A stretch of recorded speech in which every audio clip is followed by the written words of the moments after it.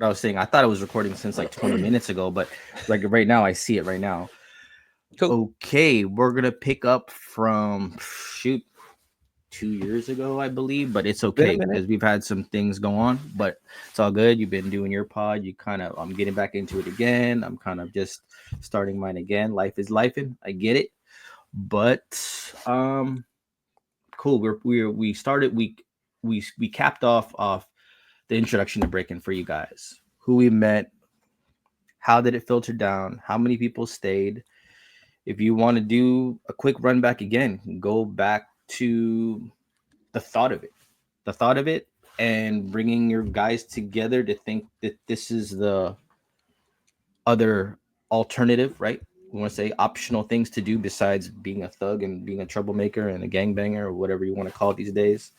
Um, and then so you guys form that crew as long as it lasted for talk about the good vibes, you know. But who thought about going to the putting however many it started and how did you pick up people? And Yeah. then with the thought of like was there anyone battled in, you know, or is it just okay, our crew is kind of like our gang, this is us, and we heard of this battle at tell me about the first place you guys even thought it was Mercer, the first place, or was there previous ones before that, or that was the first one filmed?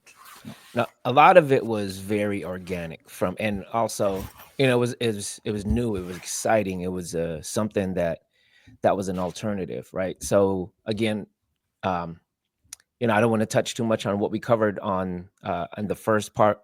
Again, if you guys would really want to do a deep dive in that one and what we talked about as far as just the birth of Boss, really, Boss Crew, Mm-hmm. it's on the first part. I think we did what, a couple hours of that one.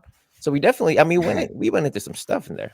It was 2 hours and like 20 minutes, but you know, you didn't have a mic. I was kind of just new to Nah, this it was thing, you know. It's okay, very new, you know, very new. it's But all good. so just to do a very quick recap as far as like what I had covered on there with regards to Boss. Boss was basically, I mean, the original people that had started it was myself, Celestino, and Ray. Celestino is a B-boy Sailboat, and Ray was Shaggy, B-boy Shaggy. And rest in peace to both of them. It all started. We were all just street kids, thug kids, the streets. Definitely had control of us, the environment, the music. We were about it. We were just all about that particular type of life until things started getting really hot. Celestino was one of the main guys from the I guess from the gang that we were in during that time, and he was always trying to. He was one of the best recruiters that I knew because he was always talking about um, the gang during that time being together, but at the same time he wasn't as active as how we were. There was a shift that summer when things again was starting to get very hot and hot in the streets, and there was this feeling. I was like, hey, things got to change here. And I felt, I was very involved. I was one of them kids that was down as whatever happens happens. But we were over at Ray's house, and we were just watching. We were at a birthday party, and we were in his room. We were just kind of bored and watching some videos, and he brought out B Street, and that's how it all became. One thing led to the other. We were like, we should start a gang. I mean, we should start a crew, start breakdancing. Celestino, being the guy that he was, he said, "I know people." We hopped on the bus, went up the hill over in Washington, in South Seattle, which was in Beacon. Took a couple buses here and there, started picking people along the way, and then that's really the short story of how it all began. Um, as far as the crew forming, the crew formed within like 3 days, really. The core group, because we already knew people, and it wasn't we were kind of picking people. I was like, hey, who can dance, who would be down to do this. We had some fam in it. Of course, I had to bring my fam into it, which was my cousin Fritz and Christian Ian. And so they were like the first thing in my mind, because it was still a G mentality. It was just like, we got something new, people want to get out, and let's go ahead and start something else. I was always interested in breakdancing. I never really had a background with it, but I just need an alternative. Mm-hmm. So when you ask us, like, so how did everything kind of move from there? It was very organic. It was just, let's see what we can do. Let's get together. We started doing some practices at the homie's house, um, and again, during that time, we already had our core, our main core group that was going to be the crew. We didn't know how this worked, though, mind you. We just wanted to dance, see how it developed, and maybe battle. And that, I mean, eventually that was really the first goal. It was like find a crew to battle. And we didn't know how it worked or anything like that, but we were down. We're smart kids at the meantime, so we knew what we had to do and get it moving. Word started getting around that there's this crew from Seattle, and then word started going around. It's like with people saying, it's like, you guys breakdance. There's this other crew from Bremerton that breakdance. Bremerton, which is across the waters from where Seattle is, and that was then the goal. It was just, how do we get them over here to for us to kind of just battle? And we again coming from street mentality, it was like we kind of approached it as that. It's just like we were trying to form a rivalry. There was like, we had this like undercurrent of not necessarily beef, but that aggression is towards like, how do we do this? Because when we saw B Street, that one scene, the battle scene, it was about that. It was, there was some aggression there, but it was through dance. So we wanted to emulate that whole thing. We wanted to kind of just follow those same lines. Again, we had no clue what the heck we were doing. To jump like all the way forward with mindset, people started talking about, yeah, you guys are b-boying. It's part of hip hop culture, and this is how it's supposed to be. And then you jump all the way back. We were just kids that wanted to get out. So it was very, very, very organic. We had no clue this was part of a culture or anything like that. We were just moving with it. Dope. So that's, I mean, I just went around. That's all 93, 94, or because I was in 70. So is that 94 already going into that before Mercer right there? It's hard because, yeah, that was definitely before Mercer. Mercer was maybe about it was a few months later. Mercer was okay. So once Boss started getting together, like, how long have you guys been practicing for before you guys even enter battle? Of course, you're not thinking that. You're like, I've been breaking for a month or 2 or 3. Like, are you guys thinking about who's experienced, who could battle, or are you just whoever just wants to do it? We just wanted to battle. Okay. We wanted to get down. Mm-hmm. And then who taught moves? Who learned from who? How did you know it looked somewhat decent? That's what I'm wondering. We so when we recruited, the first person that Celestino knew that was breaking had any type of experience in breakdance, it was Windell. Windell was our first recruit. That's the first person that we actually hopped onto the bus to get at. Now my I was with a girl during that time, and her brother was, and well, they were cousins with Windell, so I already knew that. I was like, hey, let's go up to the homie's house and then go up to Wendell's, and maybe it'll be an easier pitch. And so we knew Wendell had this background. We can just see what Wendell had what he could teach us, like just the attitude of it, just the moves, just the basics of it, and everything like that. So he was kind of our background.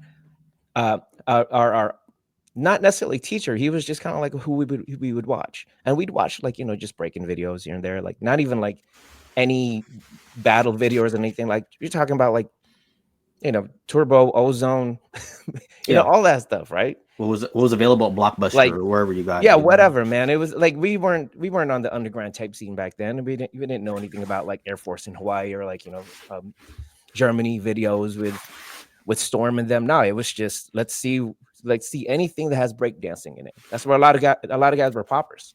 It's like that's a lot of Turbo Ozone stuff and footwork. I was like, okay, what's this guy Ken Swift do? Crazy legs do. Everybody's trying to do a bridge and backspins and maybe we'll catch on with the crab. Like that was the thing. Like it was everybody was just trying to get with the crab, and so whatever was familiar during that time. Those were our teachers. Okay, question. This is good because the transition, of course, during that time, even though not everyone's a dancer, like in the early 90s, late 80s, of course, I was telling you the history with my cousins that lived 5 houses down the street. Was that where you live, or that was from Christian? That was where Christian lived. Okay. So was there a time, this is a question, and then you can continue this, because if it was just all breaking from the get-go, that's what I kind of want to know, because we transitioned from housing, how my cousin introduced me to it, we call them housers. I was like, oh, you guys breakers or housers? But then I understood the dressing and the long bangs and the pants. It would be kind of a New Jack swing dance Mm-hmm. mixed in with a little bit of breaking. I remember that transition. It was like, and they were like in socks. I mean, I'm just trying to picture everything I remember because, Yeah. of course, like all the, with the New Jack swing dancing, like, Another Bad Creation, all that kind of stuff. Like, we're on our feet, Yep. right? We're like party dancing, like, Roger Rabbits running, things like that. And then eventually breaking was like, okay, well, it's back now. But they were kind of doing an in between mixed dance between like a kid and play, what I'm talking about, Mm-hmm. Mm-hmm. and hitting the floor. But of course, after some time, it was just only the floor in moves. I get it. And or Mm-hmm. popping was also included in there at one point, but it was cool. But it wasn't like I told you, my background as an athlete. I liked when I saw the footwork and I started seeing the running around and the flowing on the ground and the spins. Of course, that attracts a lot of people, and that's what attracted me. Was there a transitional period where you said like Rod had a background of dance, where people were more dancing up top, party dancing, or Oh, it eventually was. mixing and breaking with it, or was it just only breaking that was introduced, that what people liked, or did you see kind of both? Did you see that transition also? It was a lot. So the crew was made up of, we all had the ability to dance. We all had, just movement, and we had the ear for it. We could all move. Mm-hmm. Well, there was not all. I mean, like two or three of us were just kind of like stiff and everything, but we'll make it happen. But so there were three of I believe three of them that were housers. It was Donnie, Art, and Jeff. And they actually came in towards not the tail end, but like towards the middle of um of the whole recruiting phase, or just kind of like gathering phase, right? I believe they came through Celestino, and they just kind of showed up and said, "Hey, we heard you guys are gonna start breakdancing," and they had that housing background. Basically, with housing, it's a I don't know how to really describe it, but then if you relate it to top rock, and you definitely already have those steps and the ability to move on your feet. So that was going to be pretty dope for us to just to quickly get the top rock in and into our mix, right, into our repertoire.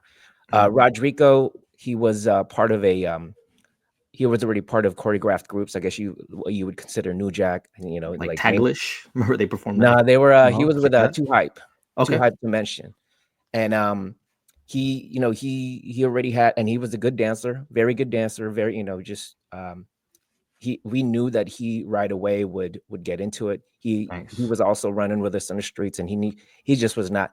The reality was he got caught up, and he really didn't belong there. A lot of kids didn't belong there, You're just but there we were just to like, be yeah, there. he Yeah. was there, and he Mhm. was just part of just what was going on during that time. And I'm sure it was a breath of fresh air when we approached Rod.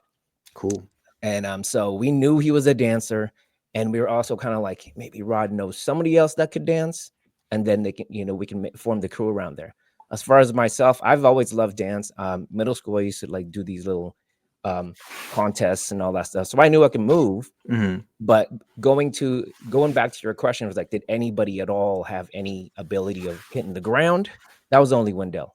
Oh, okay. Yeah, yeah. Nobody hit the ground. Maybe you touch it, but then dance is dance, But then it's just a matter of um, how then can you move from standing up to the ground and then dancing using those moves on the ground. It was all a learning experience. Again, we had really no direction with it, but we just wanted it. It was very important for us to actually like get it done, because it was such a change. It was just Hmm. such a shift in mentality and mindset. We were no longer really scared walking down the street. Hmm. We were like, we're dancers now. We can't we don't Yeah. we don't get down like that anymore. And you're not flagging anyone down. Okay. Nah. So another good question. Boom. So before Mercer, I'm just trying to picture this in my head because of how I got introduced to it too. How did you guys like the setting versus like that big Mercer gym battle environment versus like closed setting like a club annex? Like, was there any discussion about that, or did you guys even care? Or because it is different, the vibe is different. People are smoking, playing video games. It's a more enclosed space. It's a whatever kind of after school program. It's not really that. It's just a place that was available for kids that were 16 and above, right? randomly in Redmond, Washington, where I was currently living at that time. And my cousin told me, "Oh, there's a battle there. Check it out." I did, like I said, I didn't know what to run into. I didn't even know what a community center was at that Mm-hmm. point. I was like, "Well, what is this? Is this being parent like supervised? Like, what was the, it kind of was a breath of fresh air just knowing that a bunch of teenagers I saw there were moving like this or cared about this or had any kind of intention to compete with each other. That's how it looked like to me, and that was just awesome. You know what I mean? That was great because I was like, okay, well, they feel the same way. And then at that time in early 95, I was like, dang, how long have these guys been doing this for? You can't just be doing this for a week and just spinning on the ground like that. It's been at least a year. So did you have a preference? Did you like it, or you could? It was so new that you didn't even care, or because I saw that the shout out that Tony G guy, I think it's Ernesto, posted that Mercer battle, but it was like it just seemed like everyone was just on this side, everyone was on this side and just go Yeah. out one after another. And It was that was your first invite of seeing the BattleZone guys ever, right? You said that yeah. Mercer, that's the I first don't time they even came think those over. guys were BattleZone. They were like Sesame Street, you said, they right? were Bremerton Silverdale United. Some kids from Polsbo, from Damn, Cambridge. BSU. That's my So first time hearing that. so Is that what you so said? the Said whole BSU?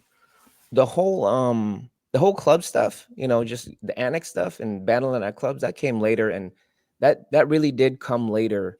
And we battled different people, and I'll get back to that as to how those little things actually, how those little rivalries happen. And Mm-hmm. and it was because of a particular, like a particular movement early. But as far as Mercer was, how that happened was, again, we were sitting there, forming our crew, trying to figure out what is this? How do you even be a crew? Mm-hmm. And as we were doing that, I mean, we had, bro, we had like ID cards.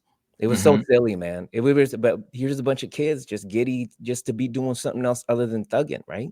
Mm-hmm. Like, oh, we're dancers now, but we didn't know how to behave.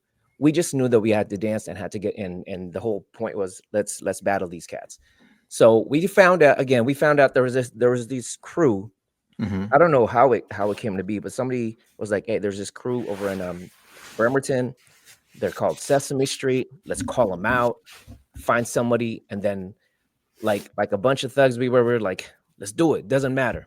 I don't care if Mm-hmm. they're the best. And it was like, let's go. Let's get them in front of us. Mm-hmm. And so the the place that we started, and we were very lucky to get this place, was Jefferson Community Center, to where one of the homeboys actually worked there. He was a an older homeboy, used to work there, and he hooked us up. He let us dance, and it was great for them because they had this they wanted to be able to be in the community center. They wanted to be able to play a part in the youth, being able to get these youth out, which was great for us because we wanted out. It was a great exchange. So we were there practicing, practicing, practicing, and that's how we really it really accelerated. We were still fairly young. We were like 16, 17, 18. And some of the kids that were there, like there was like 12, 13, little Tony and Kenny. So as we practiced and kind of fed off each other, we started getting fairly good. We were like, okay, we can get down. We were so very, we're very confident in ourselves, and like bring it on. And Mm-hmm. one of the guys that actually ran the place, his name's Johnny, ran the community center. And we're like, hey, we asked us like if there was a venue. So we're trying to call out this crew. It's going to be safe. It's like, everyone's Nice. together and everything like that. And he was all about it. He loved it, backed it. He arranged it for Mercer. Mercer was basically, I want to say, about like half a mile in through a trail behind Mm-hmm. Jefferson. And that was basically the first one. And I think it's to this day, it's probably the best break war, or the best battle I've ever been involved with, just because of how raw and how raw it The was. energy. It was so new to this. We knew about breakdancing, but we reintroduced this type of thing to this Community. group, this community, this this Mm-hmm. uh this generation, right? Of people that was like, oh, I know my uncle and them guys used to do that, but now Rheimmond and Sel and Mm-hmm. Rod and them guys are doing it. And who are these other kids from across the way? Mm-hmm. So Did you guys know? Like, okay, this is a good question here. I'm just trying to come up with good questions. I like everything you're saying. Um, did you guys know that you guys association with different gangs that people may have belonged to, and did you guys even care, or were a lot of you guys from the same kind of like sets or gangs that said, you know, we don't care about none of that. I don't care if I'm from this gang, Z23rd, PIC, or Yeah. any association? Or did everyone, not everyone, have that association, or, you know, coming from that background? You just involved in just being a rebellious teenager, you know? It was one of those things, bro, that for me, I can only speak for myself. When I got out Mm-hmm. and I didn't get jumped out or nothing like that, I just told them, it's like, yo, I'm doing something else, man. I've already done my stuff. Dope. I'm doing something else. And they gave me a free pass because I did, you know, I was one of their guys. And once I got out, I saw no colors anymore. Dope. I was just like, if you want to get down, like, I mean, there was a point like Lazy. 1 foot in, 1 foot out. Bro, Lazy was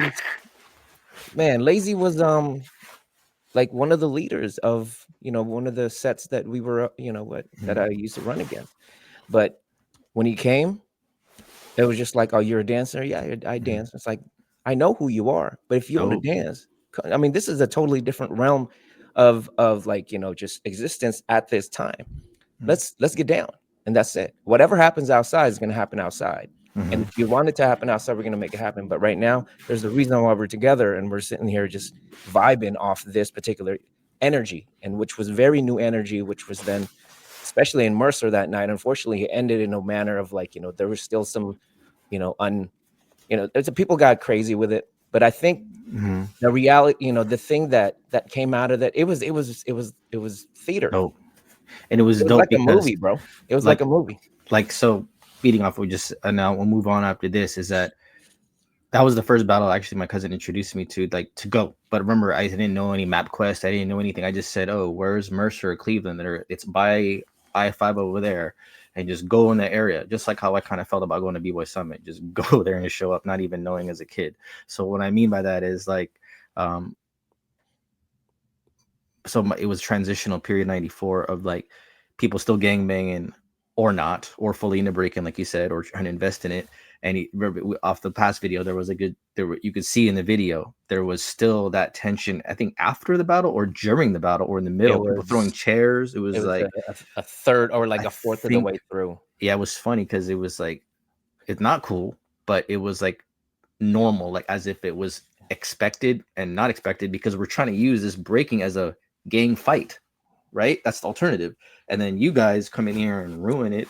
And I mean, and then it kept on happening after a couple times. It was irony, I get it, but it's like comedy, but it's also just dangerous. Think about it. That's an assault on like people, like us, the chairs being thrown, like wild, right? That's not happening in today's competition. You couldn't expect, but that was the sign of the times back then, bro. It was like, and I think we talked about this the first time. Of course, it felt like, you know, I didn't feel it was a couple fools, it was a couple sets that had unfinished business, and you know, the gathering brought everybody together in the South End. They were just like, if there's gonna be people there, there's gonna be females there, we might as well go and just make fun of these little break dancers. But we brought it together to the point where it was like, this is really happening right now. I remember when that whole thing started, and it had the dopest freaking start ever, man. But it's on Planet Rock, right? Bone Thugs Harmony, right? It was like a combo, right? Yeah, it was like, yo, let me kind of set you the scene. We got there early because we got there. So Mercer, again, is not that far from Jefferson. So we're there, we're practicing, we're zooted up, right? And Adidas outfits and everything like that. They had the bleachers. The bleachers are starting to pack up. A bunch of Seattle cats and a bunch of like, you know, a bunch of Seattle cats were up there. Majority, right? And so our crew was on one side. We knew the DJ because he was part, you know, he was Windell's cousin, and he was spinning and everything like that. So we're ready. We're maybe like 15 people deep, and not everybody actually danced, but we, you know, they were just on our side. You want to watch. Yeah. And then as it was almost there, we didn't know that they were going to show. We heard that they were going to show. In comes the side door, like 20, 30, 40, 50 like people, and we were like, I've never seen them before. That's them. It was such a crazy moment. It was like, they're actually here, and they looked organized and everything like that. They had no shoes on. Funny, they got into the you just showed up. There was no text message or pager that said they're on the way. Just a phone call says, hey, just go there. Somebody, right? Just like, you know, and you know, half, like majority of them were Filipino. So it's like, I got cousins around along the way, and like we just bring them over. So there was no start. Nobody said, okay, there's no MC, there's no nothing, right? We just kind of looked along the way, and they're sizing us up, and we haven't met. All I see is a bunch of dudes over there Just and go. some girls. They had little kids. I'm like, ooh, they ready. So we're so far apart. This is like the Mhm. thing, and we've got this crowd. We don't know how to spark this off. And so Mhm. I just said, like, I think it was me or somebody went up to DJ Gerald, right? Gerald Mhm. was the DJ, Mhm. and we're like throwing a song, and we're like right Whoa. here. Imagine like basketball court, Yeah. and then the song came on, and everybody just starts walking, and Mhm. we're just like, holy, this is actually happening. We don't like everybody's walking, and the crowd's like, what's is this it right here? And then we just formed this square there and started dancing, and it was the wildest shit, bro. Organic.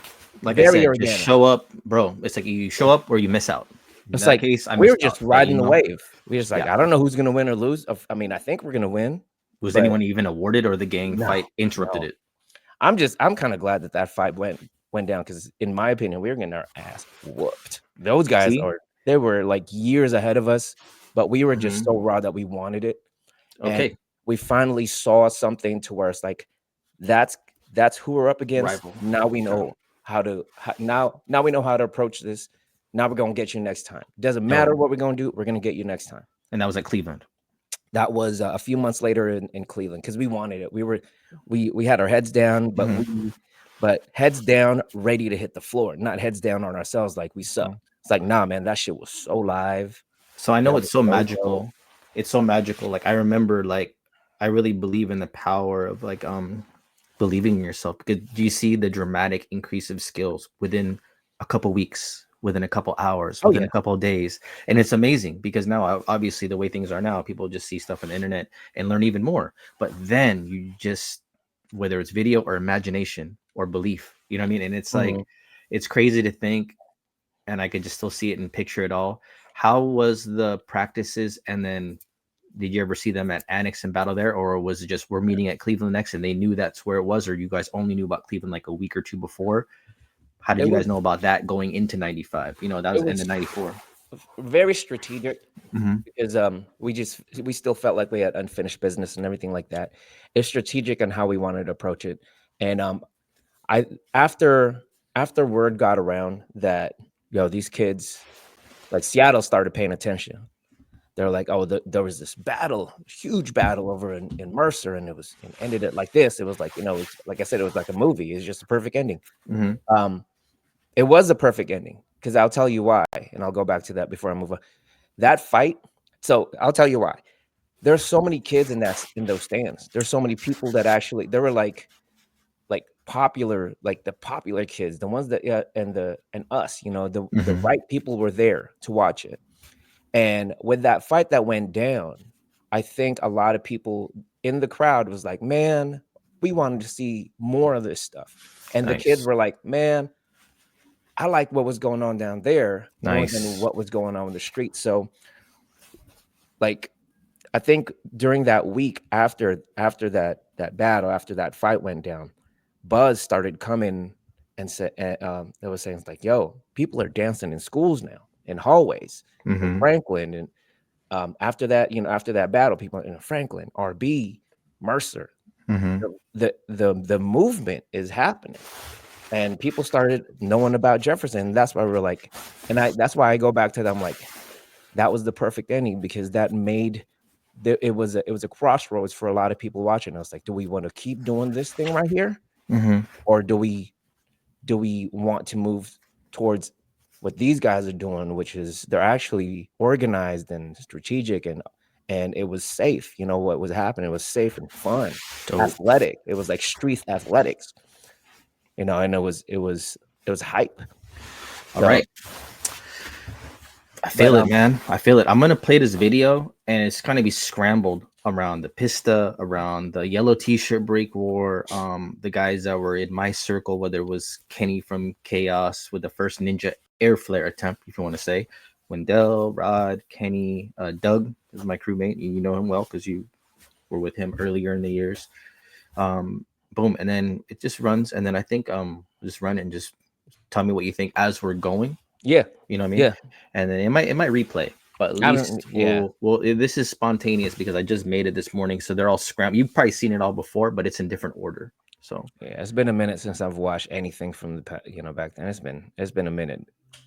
okay, let me But let's watch it, man. see. Oh, boom! Can you see it? Yeah, I can hear it.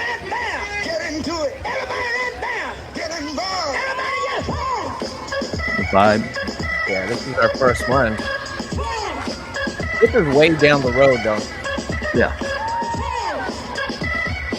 So this group right now, this is ABC. This isn't even Boss yet. Boss is on the left side. We're there with our yellow shirts. ABC is basically the younger generation. The ones that hung out at Jefferson and wanted to be down with Boss and everything like that. But we were already through. So we told them, like, man, y'all got to make your own. So they're our little brothers in practice. This guy's Boss is friend. Yep. That's why I wanted to showcase as much as people as I could. Need more videos on IG or Reel or share in full content. Those will be longer videos. I wanted to showcase the vibe, you know, as early as I can. I did this really quickly. Cool, more videos to come. I love watching all this stuff, and it's the vibe for me. Yeah, I mean, when I watch the stuff, man, I'm not even looking at the news. I just remember like what's going on. What they doing right here, the vibe. There's a little bit fast forward. Yeah, that's me right there on the bottom. I fucked up on this. I thought it was a different retweet. I'm just sitting there quoting. No, I just wanted to showcase. I just wanted to showcase a lot of big moments, you know, and give everyone their flowers, you know. Rod was going. Rod was our one of the better b-boys that we had during that time, and there was during the break board there was one-on-one. I think this is ain't even this. You know what I mean? That's got to be Kenny, huh? Yeah. You already know. Kenny was so unique, man. He still had so much. He had so much juice. He was just very energizing. Like when you saw him out there, man. This is D-Lo. So I don't know if I went through too much of the video, but at least, sorry, the audio came in, but my whole goal was just to highlight as many people as I could in a short amount of time. This is Jerome. Everyone knows him. And I think this is one of his first battles, if not first. And, you know, he was into it. He wanted to be good. You know, he was one of the kids that came out a little bit later. His brother, James, I think he came with James, who was I don't know if he was already running with DVS back then. James was he was a graffiti kid, and then Jerome was a soccer kid. That kid played soccer. I think if Jerome's watching this, my bad if I forget. But no, Jerome was this little kid. I think he played soccer, so you already know he's an athlete. And being playing soccer, you got good footwork. You got to have good footwork, and so you already knew he was going to take on that right away. And he was very also methodic and strategic with his approach. The kid used to like write down routines for himself and go out there and here's Regan. That was Doug. This is already in Mad Flavor Crew at this time. That was like 96. That was Doug, and this is like 98. So I just was trying to put some snippets together. Man, Regan was so nasty, man. We were like, every time we saw him, I was like, damn, that kid keeps getting better, bro. See Fredo, the yellow t-shirt break war. Christian, I wanted to highlight these were big moments for me seeing break like this in this setting. You know what I'm saying? There's Yellow Boy, man. Yeah, there's my cousin Christian. He was like, so we had this thing. It was flavor versus power moves, and he was like one of our flavor guys. Flavor is basically basic footwork, top rock footwork, and old school, original type of b-boy. Yep. So, and that's what he stuck. That's really what he wanted to stick with. This is Bryson. He was ABC. It ended. He's just a monster nowadays too. So boom. Either way, sorry to everyone that was seeing that little weird edit there, but either way, of course, there'll be other videos to review certain individuals. If you want to say those are longer videos, this is kind of a overdraft of the entire generation time period before 98, 99, 2000, going into that era. So fast forwarding a little bit, obviously, I'm replaying it again. You guys did the yellow t-shirt break order. That was huge. I'm pretty sure that was a lot bigger, right? To you, tell me, was it bigger to you than the Mercer battle, or was it the same kind of energy? Or now you guys are more experienced that you're for sure like, oh, this is You know what I'm saying? I know you said it was monumental, the Mercer one, but for you, was the yellow T-shirt break were more monumental, or both, or the first one was the first one, and you can't beat the first one? The first one was because there's the rawness, bro. The Yeah. rawness and just the not necessarily innocence of it, but just the Mhm. ignorance of what we were doing, but we just wanted to do it because it was the energy of wanting to do something new, and Mhm. the impact that break war. I mean that lone battle, the impact of that, and how it changed the streets, the noise, the energy of the streets, the like the Mhm. mindset of, like for me, it's just the mindset of everybody else. Me and my cousin used to, like, later on in the years after we kind of slowed down, we would drive around. Just, we had this thing called, like, we just sit there and say, let's get lost. We got a full tank of gas. Let's get lost. And we end up somewhere and there'd be like Let's get viewpoints, right? let's get lost. Yeah, because we had nowhere to go. We didn't want to be at home. It's like, Yeah. yo, let's make a left here. I don't know where this goes. You My want to friend, go to they're like, Blau, yeah. And we'd Yeah. be at like Mercer Island and be like, how the hell did we get here? This is dope. Yeah. But then no, we'd look Mhm. whenever we go like viewpoints, we'd look and be like, yo, man, you got to understand, that's a different like city now Mhm. after b-boying, because the kids decided to no longer jump into these sets and like have that type of mindset. They Mhm. got on the floors.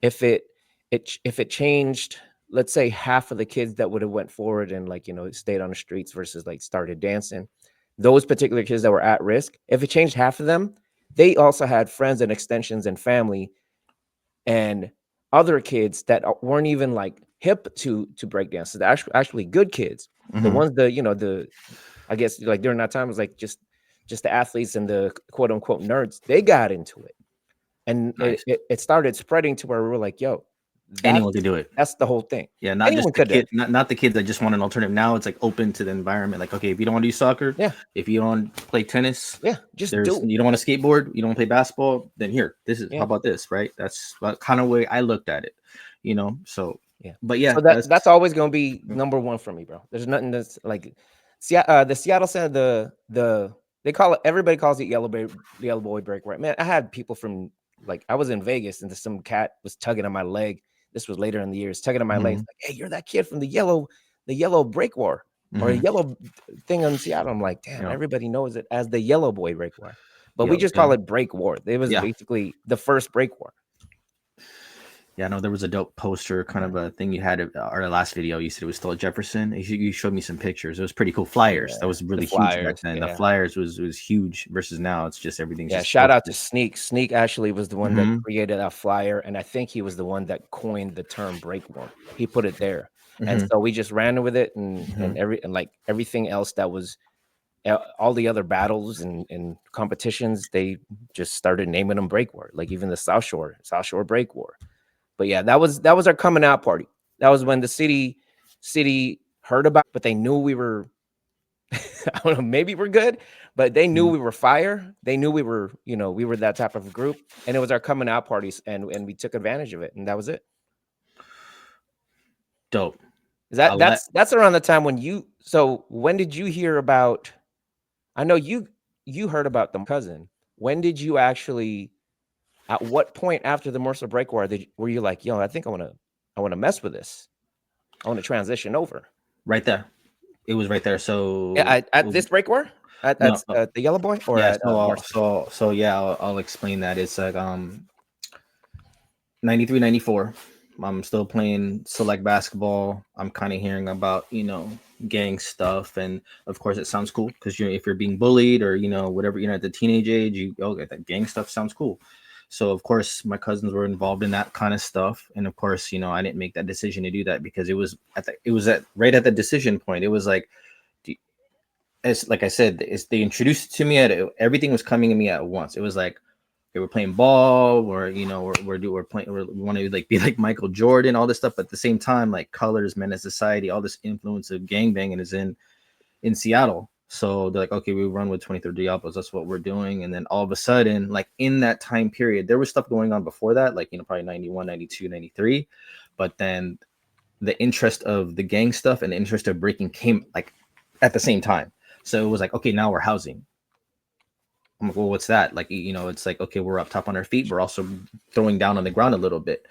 And then obviously then it transitioned over to just fully breaking on the ground. That was like that was like summer 94. So our timeline, and then it was like, okay, go to this Mercer ballot, and like just to watch. I didn't know how, I didn't try breaking it. I kind of just, he came over to my house, Romano, and just was popping and doing a little bit of footwork, a little bit of maybe attempted windmills. I thought that was cool already. Like I was like, how do you even do that? You know, that's why I was questioning how did you guys, who taught who? And of course, like I said, it comes down to belief. Like you just either have someone has a video camera, you run it back. Does that look right? Does it look right? Does it look like Beat Street yet? I don't know. And then 90 end of 94, 95, my burnout from basketball started coming because I was being rebellious, you know, wanted to be a thug, wanted to be a gangster, you know what I mean? And all that. And then at the same time, that transition came in. It's like, well, this is an option now. It came at the best time because I was getting burned out with basketball. Of course, you don't want to be a thug and just be in trouble and, you know, and do all that. So I was like, it came at the right time. And so he started telling me, okay, there's a Mercer battle. I missed that. There's a Cleveland battle. Missed that. He's like, okay, we're going to battle this crew called Boss. It was like early 95. I stamped it because that's when we started like recording, you know what I'm saying? So it was like, early 95. He's like, hey, go to this battle. We're battling crew called Boss. I don't know what it means. I don't know where it is. Where was that one at? Was that just part of a annex? It was an annex? Who said that?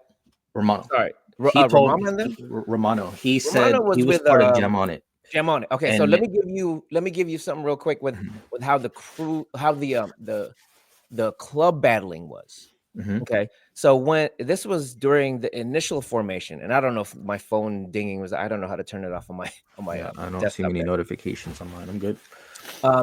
So when Boss was starting, so like I told you in the beginning, Celestino was the best recruiter, street recruiter I knew. So when the crew formed, right, Cell didn't stop recruiting. This guy would go school to school. He would hop bus to bus to Ingram to somewhere in the North End to Everett and everything like that. And before you know it, he came up to me and I linked up with him. And I was like, what's good, man? It's like, we got to go practice. We got to get these guys. And he was like, yeah, man, I've got like 50, 60 people that 50, 60 people that like in the crew now and they want to dance with us. And I'm sitting there looking at them like 50. Damn. Who we gonna battle, bro? It's like 30-second set each. And he was like, yeah, we're gonna call them SBB. Now all of a sudden you say SBB, you sound like some street gang, right? Now all of a sudden we're like, you know, and he was like, no, Seattle Barcata Breakers, which is like group, right? You know, Barcata is like group and, you know, Filipino homie breakers, right? Yeah. And I'm like, nah, man, you gotta fade that, bro. We're a crew. We already got like 10 people. And so I didn't tell him that straight up, but whatever. But he already had these people set. They were ready to go. I mean, you had like Hausers from Montlake Terrace, you know, Hauser crews from there. And then you had like, you know, some dancers like with Rocky and Donald, them guys, actual dance, like, you know, same thing as your New Jack choreographed dancers and Donnie with Jam on it. There, Donnie and Rocky they were ill. Those kids were ill, and I was like, damn, they're gonna be. It's like they'd be nice to be in the crew. Well, yeah, I seen them. I seen videos of them. I was like, they're ill. But then I was like, no, we need our thing. And so we told Cell. There was this one night. I was like, you know, we basically told Cell, it's like, hey, he came and was like, yeah, we're basically gonna just stick with this. I was like, if you want to run, you know, if you want to run with the other 50 other additional break dancers that you've recruited, that's cool, man. But we need to have a tight knit crew. We can't sit there and operate as a gang. You know, this is the crew. Can you name all 50 members? No, I didn't know all 50. I know all the members that we had. Which I was like, hold on, 50, 60. That's a pretty large roster. I was like, but that was it, man. He had cats ready. So I told you he's a great recruiter. But then that's when things kind of splintered off. Rocky and Donnie and them guys started their crew because they said, hey, man, these guys are doing their thing. I want a piece of it.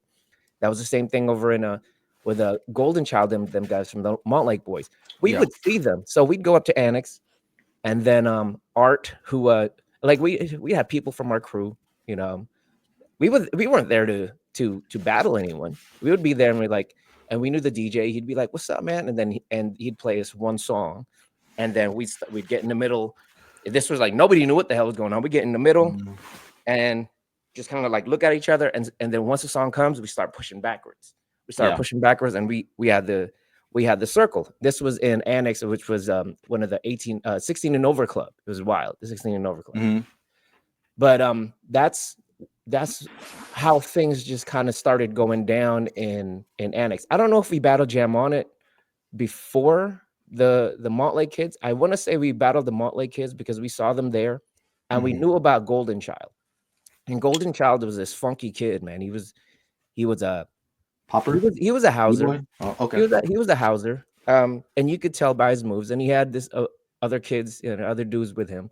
And so we came at them as B-boys, and it was and we were battling, and it was just a bunch of diss battles and a few steps here and there, but it was hype, and people paid attention. Yeah, and they're like, "What are these guys doing?" They're like, they're dissing each other through dance, and people was like, "Wow!" cheering. And that was it.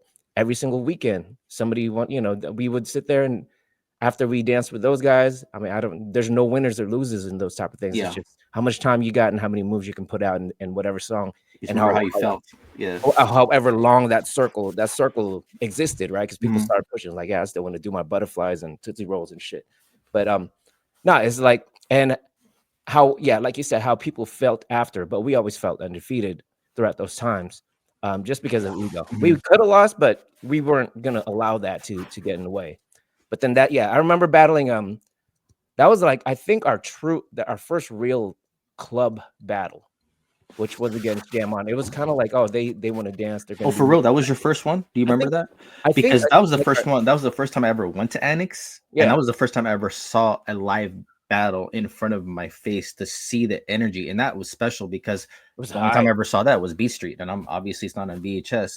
It was all memory. There was I didn't bring a video camera to Annex, or it was all memory. Yeah. So as far as you remember, did you go to Annex before that battle, or was that your first time there? We would dance. We would still dance, but like I said, with the Montlake kids, we danced against them. We didn't really consider that as a battle. We were just kind of like stupid dance, stupid kind of like competing back and forth. It was kind of battle-ish. We treated it like that. But then the one against Jam On It was one that we knew they were going to be there. It was one of those feelings. We pulled up. We knew they're going to be there. Somebody told us, yeah, they're over there. And that's when it kind of felt like, oh, we're actually going to dance here. And we're actually going to try to pull out as much as we can to really go against these guys. I hadn't seen them. Dance. Oh, ever? Never? Ever? I hadn't seen them dance. I knew they could dance. I didn't know what kind of B-boy moves they had. Oh, you never had any interaction with that crew. It was spontaneous. It was like, we heard of them, just show up. I believe so. I mean, I could be wrong. So it was like, it's old. I'm an old dude, so it's like, but that was the night where like these guys could really be like one of the better crews in Seattle, because we knew the ones, like BattleZone and Full Force and all them guys from across the water, Bremerton and Silverdale. We knew they were good. This is a good question. Now that we're inserting these are good questions since we went off our timeline like 2 years ago. What was that was your interaction with BattleZone? We have that, your interaction with Gem on it, my cousin's crew that got me introduced to breaking. What was your first interaction with Khaos crew, with Kenny? Like, where did you see them first? Was it at Annex, or was it at some other rec battle that I probably missed, or when was your first interaction with them, knowing they're called Khaos crew, before Doug, transitioned over, after the yellow t-shirt break? But I didn't even know, I didn't even know Doug was Khaos until somebody told me later on. He said he was UA1. Yeah. United is one from Oak Harbor. Yeah. They picked him up. We saw them at Annex. We were there. We were dancing. I don't remember. I think Doug and what's his name, Thomas, might have came out. They didn't come out at us, but I think they came out, and we were just looking at them. I was like, oh, there's some B-boys here. Nice. And what's his name? I think his name's Ariel, James, Gabe, all those guys. Yeah, Gabe and all them guys. They had a crew, and I was like, oh shit, they're a crew. And we weren't trying to like get down. We were just like, we were having too much fun. They were cool. They were very cool. But they were there's this. So when Boss goes to Annex, there's always this area, this section that we hang out at. And when we got there, by the video, and we got there, and I was like, who are these fools? It's like, why are they in our spot? But we were just talking to them, and they were cool.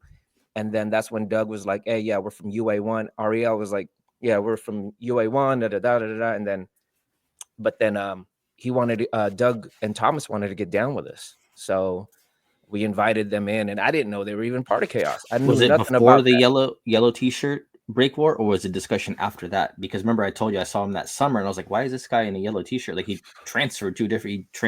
He left the chaos. That's how I met Doug. Was around, but after the Jam on It battle for sure. I saw you guys battle because I kept on trying to go to Annexes. That's the only place I could see breaking live, and so I saw Doug, and I don't know if he said he was in Chaos yet. I think he did, but I saw him do windmills, and I thought I'd never Yeah. seen a white person break. So I was like, okay, well, and he had the look, the Adidas, the hair, Doug, the Doug was G-Nikes, fresh, man. I was very yeah. impressed by Doug. I was like, this kid he's like, he likes it. He loves it. You could tell he's about it. And Mm-hmm. when I watched him, I was just like, he'd be so good. I bet, but he'd be so good with us because he is, he has that funky, like old school, like that mix, that hybrid type of a mix. But he was deep. He Mm-hmm. was in what, Gig Harbor or something like that, Oak Harbor or Oak something like Harbor, yeah, that. up north. And I was like, I Mhm. want him in. And then that's when we were kind of still picking. We had to kind of like diversify our group because we had this, and as we were again very strategic in our formation. It's like we need more poppers, we need a kid, we need a little girl. It was like we need this dude that can, like, if somebody pulls this out, we need somebody else. There was a point where we're like, hey, we need somebody that's just all flares, and so we picked up this kid that was his name is Flare Jeff, because that's all he did. He was Oh, some remember Flare underneath Jeff, there. like he just the gymnastics kid. How long was he around for? I saw him for like just He one was battle. that That's was it. towards the end. Or We were just two. like, do flares, do like Mm. 80 flares, and he just do 80 flares. But Dope. yeah, Doug. Now, but going back to your question, I maybe the rest of the crew knew about him being in Chaos, but I didn't know anything about Chaos until Mm. a battle. I Till the yellow remember T-shirt when big work. I don't. It might have been, yeah. It might have been the yellow T-shirt break war, but you guys definitely made us pay attention because we didn't know anything about that. The only ones that we knew was like, okay, Bremerton's gonna be here, BattleZone's gonna be here, maybe like Full Force and other guys. We know Jam On is gonna be here, Mhm. but we West didn't know Coast. nothing about no Chaos. And so when y'all came out, we were like, and then there was some like AAPI group. I forget what their names are again, but The there's like yellow, a bunch of what's that? the yellow T-shirt break war, right? Because I Yeah, remember in yeah. this side was West Coast, and then there was Chaos, then there Bro, was there was ABC, there was you, there's Gem on it, yeah, West and I Coast, think, West Coast, and and all then it them was guys. BattleZone and them. Cool. I think we covered a lot, man. I'm still going here. I like where we're at right now because now we got the timeline really nice. We're at the yellow T-shirt break war, and see. So along with that, of course I wanted to jam on it. It was really quick. Jam on it started to like we wanted to go to the next better crew, and my cousin Romano's sister said, "Oh, I used to not date or know this guy named Kenny. They do practices. I don't want to say tryouts. It sounds weird, but battled in to get battle. You go up Yeah, north yeah. and." So Kenny They was already Chaos.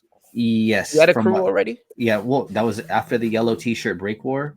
After Pista, that's when me and Regan decided. When I started my freshman year, that I'm into this now. I'm like 8 months in or something. I'm like, let's the next best crew. If we can't get a hold of the boss guys, you guys had your own thing going on, and BattleZone's all the way Yeah. over there. We're in the east side, so we're like, well, Chaos. They're pretty good. They got the white boy Doug, and they got the not. I didn't say Eddie Gordo yet because I didn't find out Eddie Gordo till I played Tekken 3 years later because it just looked Mhm. like Kenny. But I was like, well, those guys look like they know what they're fucking doing. Yeah, They yeah. look like the upgrade. Chaos sounds pretty. They look structured, very I was like, structured. that sounds pretty cool. I was like, all right, well, that's not bad. So of course, 95. You know, like 2 months before, you guys battled X Force. That one that you saw Mm, Art and Rod. We joined Chaos like 2 months before that. If you see mhm. the timeline now. Okay. So now and then that year was dope because I'm like, okay, I'm a freshman. I'm in Chaos Crew. They just got second or third in this battle. Now we get to try to develop our skills with them. Going into 96, you already know it's hype. You know what's up. 96. It's the talk of going somewhere outside of Seattle, which is Summit. B-Boy Summit. So we DB1 in the back then we tried to hold like a fundraiser, which we didn't really raise anything at he DJ'd at Oak Harbor. I think we're in the they want for some reason why we did it out there because Doug was already in Boss, and I think he kind of won off. He was battling with this other guy he was in Oak Harbor with, but we went up there and it was like before Summit, and we didn't really raise any money just so we could try to have some extra funds for round trip tickets or just to be there, right? because that, you know how unorganized it was. It was like, okay, Yeah, we were a bunch of we're gonna kids. go over there and we're just gonna the extreme skills. Come on, man. I was like, whoa, beyond movie. It was like a whole different world. Like, as all I knew was Seattle breaking and Beat Street. That was as far as my knowledge was concerned. And the highest levels, if we can, if we compare, you know, b-boys to athletes, was like you guys, us. That was like college pro level to me. Like, it was like I didn't know anything about Japan or Storm or I didn't know, you know what I mean? Yeah, You yeah, know, our information is right there for yeah. whatever we received. And so much information, you would hold on to those tapes. You know how it is. Best of the best tapes. Anything that floated from Bremerton, someone copied a VHS of the VHS. You got a hold of them. Doug got a hold of them. Some people have them. Some people lost them. Luckily, I have still some that looked like somewhat good condition. You know what I mean? Because I started during that time, and you know, obviously to see the footage we just shared. So going into 96 now, I know it's different now. We went from 94, 95, now 96, that 3 day break. Where why was it 3 days? I don't know. That seems like a long time to like do an event, right? They You the know? organizers Mm-hmm. started real so the organizers started seeing possibilities and I don't want to say profitabilities with it, but they started realizing that this is something big and they Mm-hmm. can showcase this thing. And there are so many contestants. There's so many crews that It's want getting to do, bigger. Yeah. and there's so many different types of ways you can run this thing to where they said, you know what, we got this place. I mean, to get anything at the Seattle Center's Yeah. like one of the biggest venues in Seattle, period, in Yeah. Washington State, period. To get anything there, and it was the biggest, one of the biggest rooms that we got Yeah. to have b-boys in there, break Yeah. dancers, The hip breakers. Yeah. hoppers, right? Like DJs. You got It kids was on that the news, right? yeah, It was on the news. It yeah, was like news brought on the and news on Cairo yeah. 7 or You something. had graffiti writers in there. You had, Mhm. you had MCs that wanted to get down. There was like so many different. That's when what we did. That's when whatever Boss introduced to the streets into like this new phase or this new mindset and new energy. It was then that particular piece of dance, the older heads during that time said, "Hey, what you guys are doing is part of a culture." That's when they introduced us, like, you guys, all the stuff that you're doing, it's part of a culture. I'm like, what culture? Whatever. It's like it's hip hop culture. And that's when, that was around the time, I think it was around like 94, 95 when we were when DVS came to our Mhm. practice, and they came and they just started, these Fever and Soul and them guys, Soul rest in peace, Sneak and them guys. They were they started schooling us on what we were doing, and it was with the intention of leading us to the right path of how to actually really do it, because those cats were OGs. I Mhm. mean, Fever From the danced with 80s. Yeah. New York City Breakers. From the Yeah, I 80s. mean, You and know. yeah, he was like he was the Jeromeskee of of that era, like with the younger kids, right? He was the Windell of that era. Uh, and he wasn't even old school. He considered himself as a new jack. Mhm. So when he started schooling us, because he's all about culture, he's all about like he's a truist, he's a purist of the culture during that time. So Yeah. he Shout out to Fever, man. Yep. shout Always out to been Fever. work. He was Stood the definitely the test of time, elder. man. Yeah. He led us towards a direction of he was like, this is how it's supposed to be. This is how we did it back then. You guys are trying to practice what's on the screen. Let me tell you the sequence and the history of why it's done like this. So he introduced that to us. It actually it started, as kids, as students, to the whole thing. Again, we were just riding the wave. We just wanted to dance. And we could have easily went down the path of, there's no wrong way or right way, because at the end of it, we're still doing the same thing like nowadays, right? But it was power moves versus flavor. So which was, just flavors, like your own, like, you weren't just doing moves and then stand up and move off. You were doing your style, your flavor, your type of, like, you're doing steps here and there, and with the creativity. It's no longer combos. It's just like, I'm gonna diss, and then during that creativity, I'm gonna diss you. And Mhm. if you did like a flare to, like, if you did windmill flare to whatever else, and you were funky with it, and it was like everybody's hype, I can just go in there, do a few top rocks, grab my crotch, do a move, and Mhm. freeze on you, that would have eliminated, because what are you going to do again? Flare, Repeat. windmill. Yeah. Yeah, same We're gonna combo, and repeat. then I'm Yeah. going to diss you another way. And that was Mhm. that's how we ended up, with that type of direction. um, and that changed our path, Explore. positively, Mhm. and in some areas negatively. And I can touch on that, but I have my own personal feelings around that. But positively in that manner, it's like it allowed us to strategize and to combat pure power moves, because Bremerton was that they go Mhm. in the circle, take off their shoes, and start going crazy. That's what's funny now. I want to say something about this. I know now the moves are so crazy. Like, see, we know that, or if you're from that time, I see kids now. Like, don't get me wrong. Yeah, I take off my shoes at a certain area if I'm practicing at like a gymnastic spot. But I in Yeah, yeah, competition at one point, remember it was preached. It was like keep your shoes on and no yeah, helmet. Right, but the helmet yeah. does help protect the scalp. But at least keep the sneakers on. But I know some people, they're so good at their athleticism, they just take off their shoes or break in slippers or whatever you call it now. But Yeah. see, we went through that time period. It was like, yes, I was like, I wanted the socks on, but you could hurt your feet. You should have your Hmm. shoes tied and no helmet. But if you use a helmet, at least your shoes are on. I remember that time period. Yeah. But It now, was one of those things to where it's like yeah, it doesn't matter what you're gonna do, man. You could fly. But once you came into the circle and you had no shoes on and we pointed at it, no good. you feel stupid. You just want to sit No good. down and like, okay, it took like 70% impact of whatever you were gonna do, Mhm.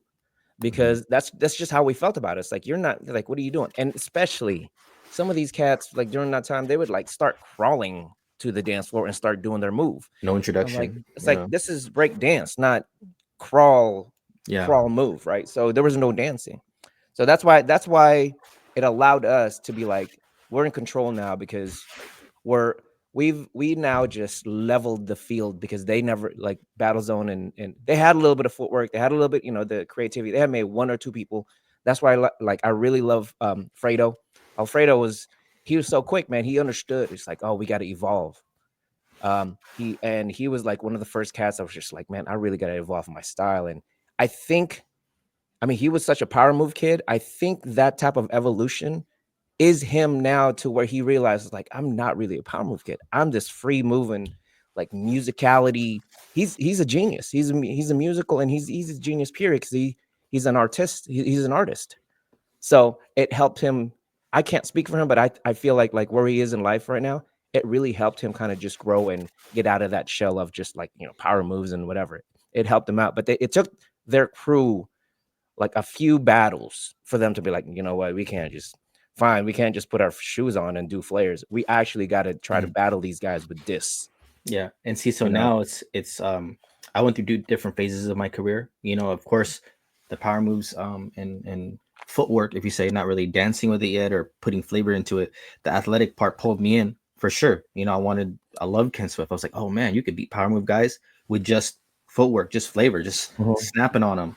And it's like basically extending your power moves through footwork and flow without having to do the extraordinary flying in the air, windmill 90s or head spins, which is all great because Mhm. now people combine them because obviously Yeah, you want to be yeah, well rounded. But back then it was kind of a battle, which one's better? Which one's better? Obviously, at some point, people were able to mix it, or if you're good at that category, you're just good at that category. But for sure, yeah, shout out to Free, yeah, putting it in Fever, putting a lot of time and this is documenting also their history of how we met them and how yeah, people kept on going. But it's awesome, man. Just these things, these conversations, I get like I think I told Rod this. It's like you don't understand like the feeling and being appreciative of what's out now if you weren't there back then. And I get it. Not everyone was born or not even alive yeah, yet at that time.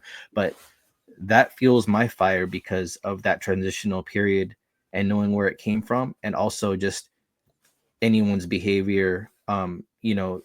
To have breaking there as an outlet for you because a lot of people need it, man. They need something. The yeah, way this world's going, come on, man.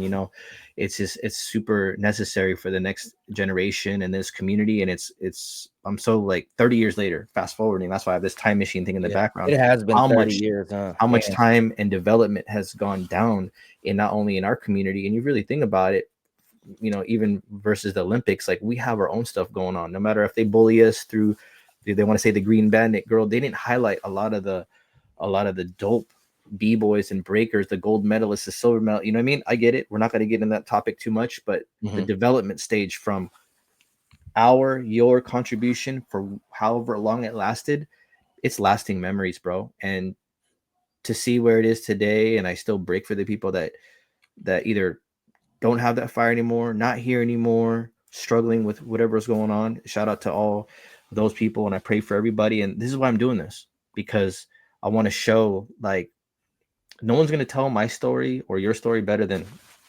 us, right? So it's like, to be alive and still talk about it, Yeah. Celestino.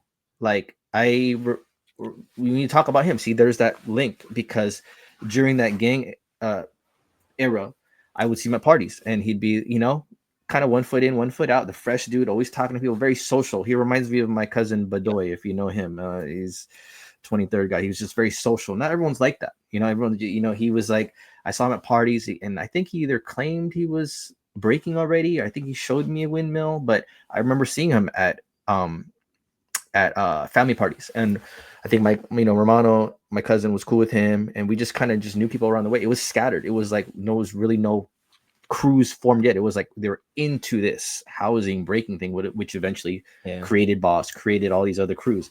It's really interesting to me, because to still be around at this time to talk about it, it's such a special time for me, and you and everyone else that was there, and to see where it is today, it's truly, truly amazing where it's gone. Obviously, there's it's different now, Yeah. but doing things like this, it's special. I mean, I know whether my kid ever sees this video or your kids ever see breaking, or everyone's interest is different. But I think for our generation, for this to be introduced to us at that time is such a blessing.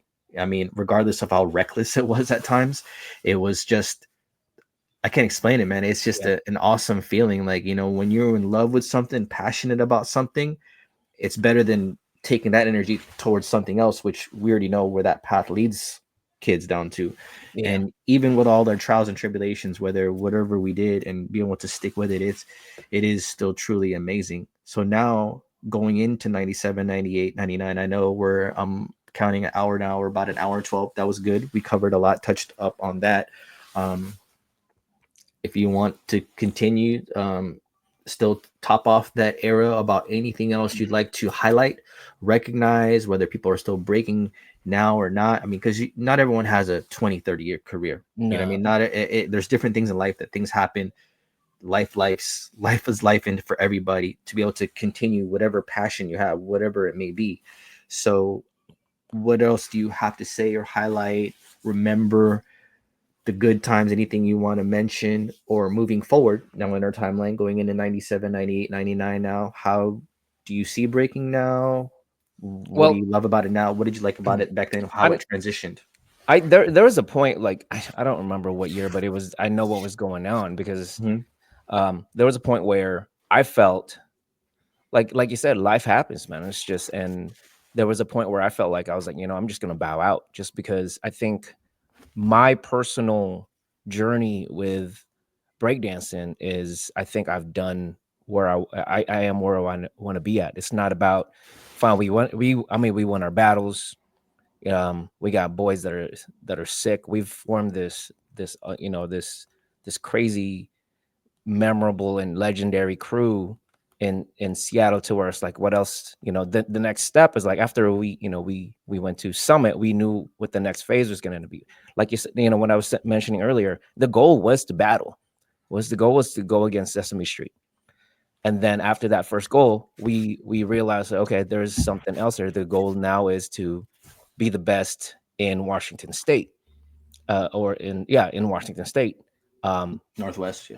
that allowed us to, the competitions allowed us to showcase ourselves, and we were like, it doesn't matter what other people outside of that building. It's like, yeah, this crew won, that crew won. It was like, it was decided throughout that, and I'm going to take pride in that. So we've won our trophies, we've done what we could, and then as a crew, wanted to set something more. But that's when life started happening. That's when, like, cats start getting older.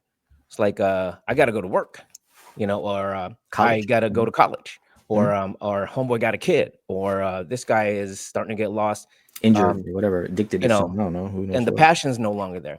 For Mm-hmm. me, I wasn't passionate about dance. I wasn't. I mean, I'm just gonna be 100% real. I wanted to get out. That was my goal. Mm-hmm. Let me get out of this phase of like of banging. Let me get to another phase of just dancing and being there and like in an organized street dance. Let me be part of this group.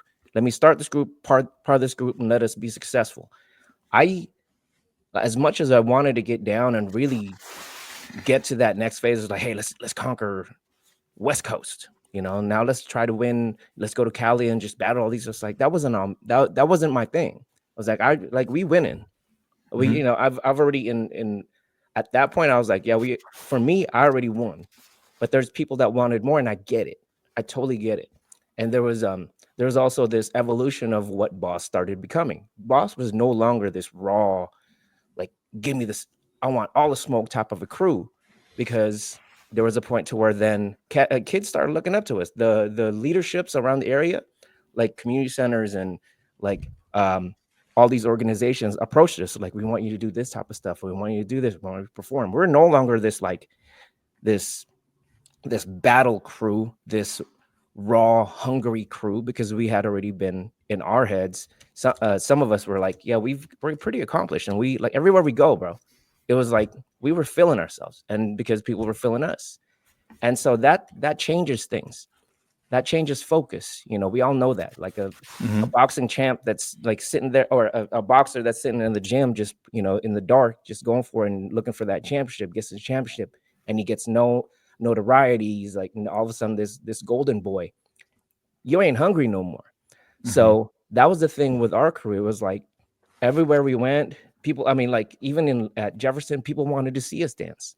We couldn't practice alone. We couldn't save our moves. We couldn't, like, I mean, there's other kids that were dancing, and they weren't practicing with us. I mean, some kids would do a move here and there, but then when one of our guys start, doing some stuff, they'd sit there, take notes.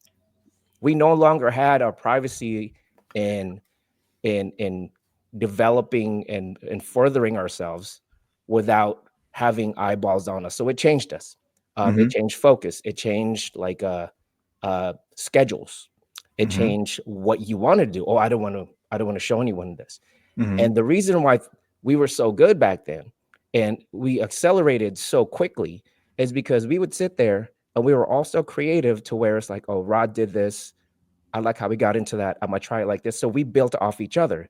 Now as a crew, we no longer could build off each other because people were like timid, or people just didn't want to show anything because that's their move that they don't want the other kid or this other dude right here could probably see. There's other crews that watched us. So we Mm-hmm. were like, yeah, that took a lot of the edge away. And then also again, it's like, the reality of like just being popular. People wanted to actually invite you and wanted to hang out, and the club scene started. We doing clubs more, and before you know it, in the clubs you had more drugs and you had more, other activities that you get Distractions, into, bro. Yeah. and let alone like we were still boys, so we would sit there and just keep looking for girls, and we'd be popular. We'd go city to city looking for girls, and then the focus was gone. And that's what happened with Boss. It was like there's a lot of kids that still, a lot of crews that still got down, like yourselves, like up north, you guys had your privacy, and like a lot of other crews was like, now they had us as like, okay, that's the goal. Now we're the Sesame Street or the Battle Zone. They're just like, I just want to beat Boss. I just want to beat them. And we're sitting here just like, oh, we already up here. Let's go to the club. Let's go hang out. And the crew was no longer a b-boy crew. It was like a kicking it crew. Mm-hmm. So that took things away, and that's when the crew just started we started deteriorating. We were no longer really a b-boy crew. We were a a, a, a kicking it crew. Mm-hmm. But that comes with it, man. That really does come with it. There's still, mind you, a lot of there still were a really good amount of people within Boss that still wanted to keep dancing, but it's hard to keep a crew together if you're not a crew. And that's why with Rodericko, Doug wanted to keep dancing. That's why he ended up like seeking out. Wendell, he didn't want to join any other crews, and so I don't know how he really truly feels. I know he was disappointed that we were no longer dancing, but it's just it takes the crew to get back together like that. Kenny and Tony are two younger kids. Kenny wanted to keep dancing. Tony was still so sick. Whenever he hit the floor, but he had his other preoccupations. He would always be like, under the influence of something, but he would dance. But then he was one of those one-offs to where he didn't really need practice. He had it all up here, just as long as his body would allow him to do this. He would get out there. He can smoke you without no practice throughout the week. And that's facts. I seen this kid one time, and it wouldn't be practice. He would just be like, here, I was thinking this in my head. I'm going to do this. And then he'd do something, he'd mess up. It's like, okay, no, what I'll have to do is switch my leg here. Okay, I got it. And he'll go out and he'll do it, and people will go nuts. So, but that's not the same for everybody else. It's like people just, with no practice, you can't do anything. So we were no longer we were just this crew now that everybody kind of just looked at. Just freestyle. Everybody wanted to be around. And that was very obvious. I don't know if it was the 3-day. Because I remember when that 3-day break, where when it came to reality to me, where I was like, I think we're probably going to have to hang this up, is when there was a battle. I think it was the championship battle or whatever battle it was, when JD came out. And I had never seen anything like JD. And the energy was there. The hunger was there. I saw like boss crew, ego, hunger, fire times 10 when they came out. And I'm sitting there, I'm like, yo, this is these new kids, they're so hungry, and we're just sitting here on a platter. I think, I don't remember if we won that one, but I just remember walking away from that. I was like, this might be it, man. I think it's like, I don't got time to really, I need a job and everything like I was no longer, I didn't have that anymore. I think we might have pulled it off. It was, if we did, it was probably controversial, but I think, the way those guys came out, I was like, oh my goodness, this is like, wait till the next battle. They are just going to eat us, because we didn't have that fire no more. We just lost it. We're no longer hungry, because we were already the crew. We would go to competitions and win just because, people were really like, oh, they're just going to win anyways. We went to Portland, went down there. We barely even danced, and we won that one. I was like, what the heck? It was like, but yeah, that's kind of like towards that was like 97, 98. That's kind of around that time. But I wasn't as, because that next phase, because it was like, I got to make some money. I got to I like the lifestyle that we're living right now, as far as I no longer have bruises and like sore shoulders and anything like that. I like kicking it. I like being around, a lot of people, but we still had that notoriety. We still, I don't know. I don't remember what year this was, this pista, but this was kind of like a passing of the torch to these kids, man. Cause I knew ABC was going to be doing something. They were hungry. And then, the USM, that's when they ended. They were like, they no longer wanted to have boss in their names. It was like, I fine. They didn't want to just be another boss creation. They changed over to USM, Unfadable Style Monkeys. And I was happy. I was really happy. I was like, yeah, you guys do your thing. See, that's why I'm replaying it again, because see, it's nice to have the audio in the background and show how that short window like really boosted, like, I don't know how to say it, like, because a lot of the kids now, they weren't even born yet or whatever, but it was like how it really helped boost the generation of thinking about how lively and fruitful are, even though as small as the b-boy community is, like according to, if you compare us to other brands, skateboarding, basketball, it's still such a closed and tight-knit community. It's still so small, but it's still the quality that it's brought out from that time till now. It's like crazy. There was so many what you say, not adjustments in either people's lives to continue, or different styles that came out. This. Come on, we went to Power Plant when structure started breaking. Yes, I'll tell you, man. My hype started to get challenged. I was like, open styles now, or Circle of Fire, or no, before that it was the Gathering. Remember, we had Todd and Bob the Balance, the early Yeah, Circle of Fire and they Fredo. move. They The move the needle. structure, They definitely you move the needle. I remember hearing you say this. You were after Fever, and I should highlight that battle. Fever and Free battle. I was like, damn, it was like the new school, back the old school. But Fever was still very young at that time. It was at this battle, Power Plant, and I remember hearing you say, "Man, we got to practice, man." It was 97 already. It was like, damn, it's been 2-3 years. We can't be living in the past, 94, 95. That transitional period, that's done. That already happened. Now it's like skills. Now it's exploring these windows of style. Like I remember this structure. This is the breaking that I like. I remember quick fundamentals, baby freezes, rolling over, aggressive, kind of like a for me, it's like kind of like original b-boy gangster style. You know what I mean? Look at Kenny, the way he's the back rocks, the flow. I mean, you know what I mean? Like that behavior of breaking when it broke structure, especially when we started going to raves in the early 2000s on whatever we were on, and then the flexible bendable style came in.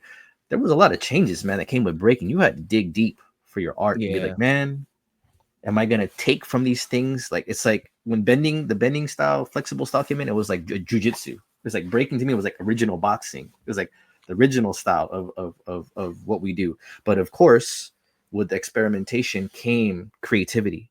And for the teachers in every area that helped teach, kept the original style of breaking, the behavior, the foundation, this, the top rock, yeah, the footwork, for it to make sense. Of course, breaking now is different. Not everyone has an old school style of breaking. Zulu Kings continued that. Massive, obviously, we preach breaking, that we got to keep the structure. I get it. Some places, like you said, you don't just crawl out there. You have to keep the shoes on. There's structure. You're not going. If you go to ballet, you go to ballet. If you go to hip hop dancing or whacking, you compete in that genre. But I get it. Breaking is so open now. We have to add that element for another crowd to come in. Also, open styles because we're a community. But I get it from the grassroots level. The style of breaking I remember is like this, like seeing Kenny, even the short stints, man. It's like I remember there's a belief that has to throw down. It's like an artist that throws lyrics in. That's an MC. It's like you got to create that moment, and it's special because sometimes you don't know how long it lasts. Look how long it lasts. We're showing it now, 30 years later. yeah, The yeah. impact. You know what I mean? Power moves, flavor, for where it came from, for what the options were.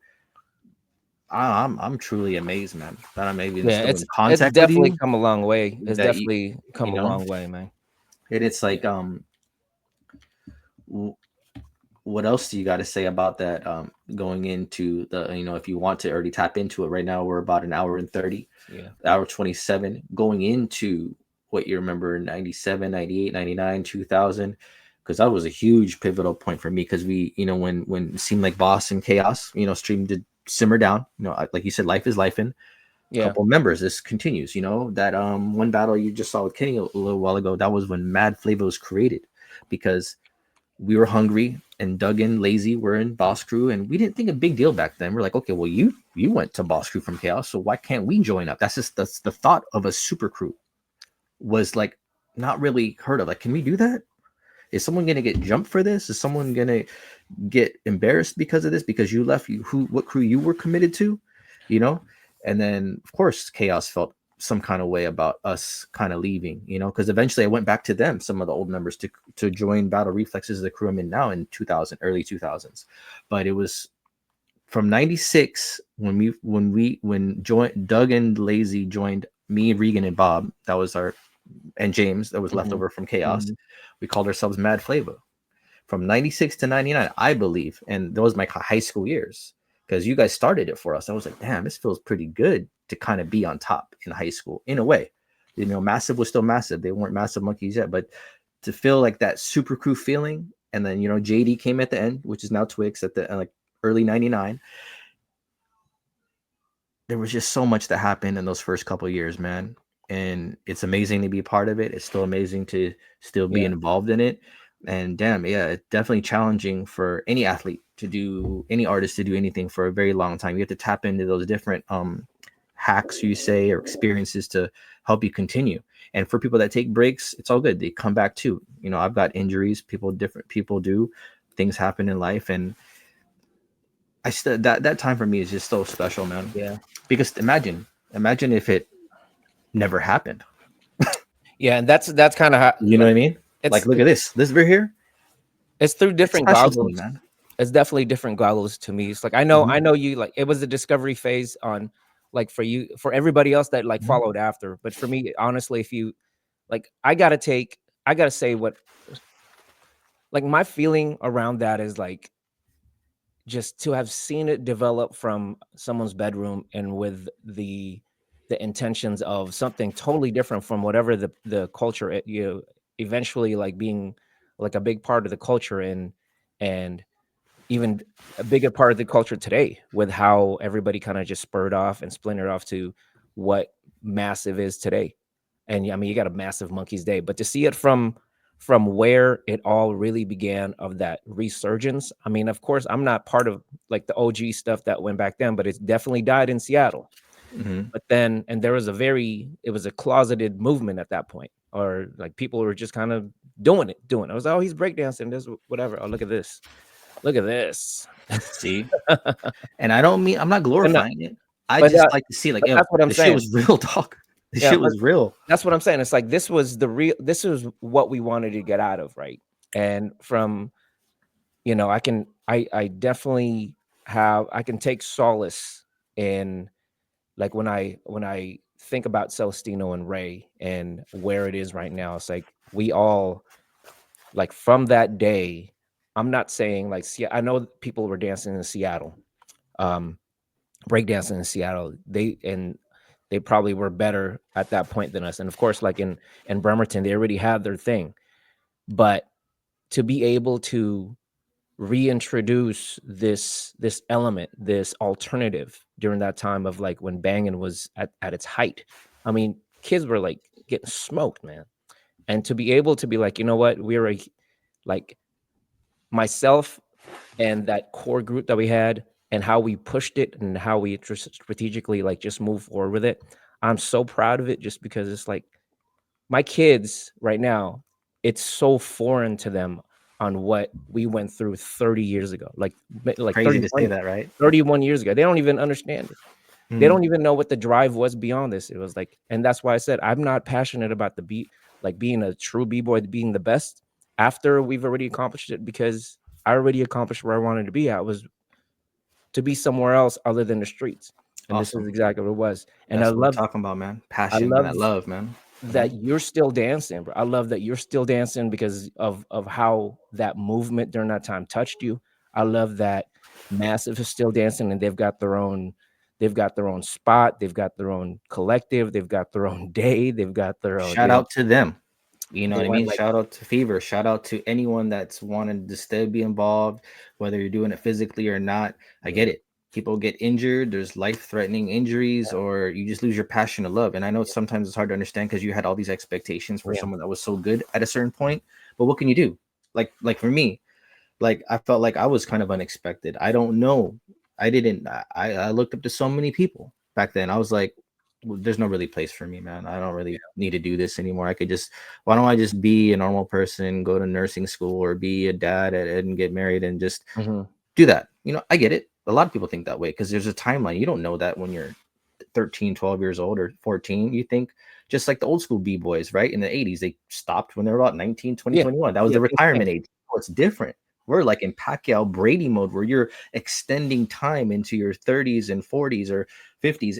But of course, competition's different. You might not compete as you were or fight like an athlete when you're younger, but there's different phases you go through. And trust me, man, it's quite a journey. It's like a marriage. It's like I can't get away from it, man. It's like there's good Yeah, times and bad times. There's fights, there's injuries. You come back to it when you can, and yeah, this is why I'm documenting it yeah. because you That's why, lived through that like, time, and this is like, really important. You could say you were there or you heard, but were you there? Did yeah. you see it? Did you feel it? That's important to me. You know what I mean? That's organic right there. So yeah.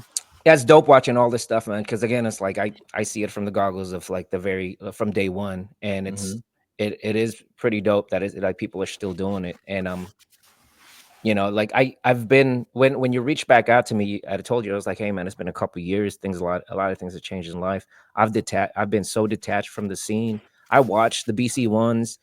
Um, Like these guys that are doing it nowadays, it's just like those were only like we were saying, it's like, what if we could do this? Back then it Mhm. was like, what if you can do this to this and that? Like what they're doing right now, we didn't even imagine back then. So Correct. that's why I'm like, I'm so detached from it. It's just really Mhm. visual arts. And whenever I see, but I'm a purist. Like you said with open dance, I can't even mess with open dance. Mhm. Like I get it, I see what you're doing and everything like that. But that's like Mhm. I'm a b-boy purist, man. Yeah, I me like too. It's I like like boxing. footwork. I wanna stand up. You know what I mean? Yeah, I I like like boxing. Like, that's how I feel about it, you know? I like top rock footwork, hard This disses, and those category. like Yeah. and stiff and like boom boom. Like I like it when cats hit Pure it. b-boying, pure breaking, Rock Right pure is like he's one of my favorites, man. Rock's right. Rock Right is like, That's right. Shout out to god him. damn, bro. And Like, remember this battle right here, the X-Force? Who, you know who was in this battle, right? is this I mean, Vegas? no, that was No, that was full uh X-Force. what the, yeah, Ronnie from Super Crew or Full X. He was Ronnie was in, there. yeah, he was in that battle. He talked about it, and that was him. And it's just thinking about how far his career has went. So shout out to him Yeah, because the OG b-boy grind is not OG easy. Ronnie. The b-boy grind is not easy for no one. Some people don't have jobs. Some people can't work. It's like an athlete. I gotta Or rewatch that battle, man, you know, because you Ronnie can't. is he's nasty. Yeah, Ronnie is he's a dope, nasty man. boy. And like I said, man, it's so hard for a shout out to all these b-boys that are still keep on going because life's and like for me, I'll tell you, man, my inspiration to keep on going is just not just to stay in shape and be a fit dad, or if we want to say have a fun hobby. I still have plans and goals. You know, I want to Hmm. just touch Hmm. the community, and for kids that don't have that option, like just like how we did back then, that you provide. You know, that's why Massive's doing their thing. That's why it's so important for people, different communities, to keep on participating because the more avenues we have for kids to reach out and have this option is better than no option. And this is Yeah, why its whole community is so important. That teach wherever you can, each one teach many. Like I think Alien has said that. Shout out to him too.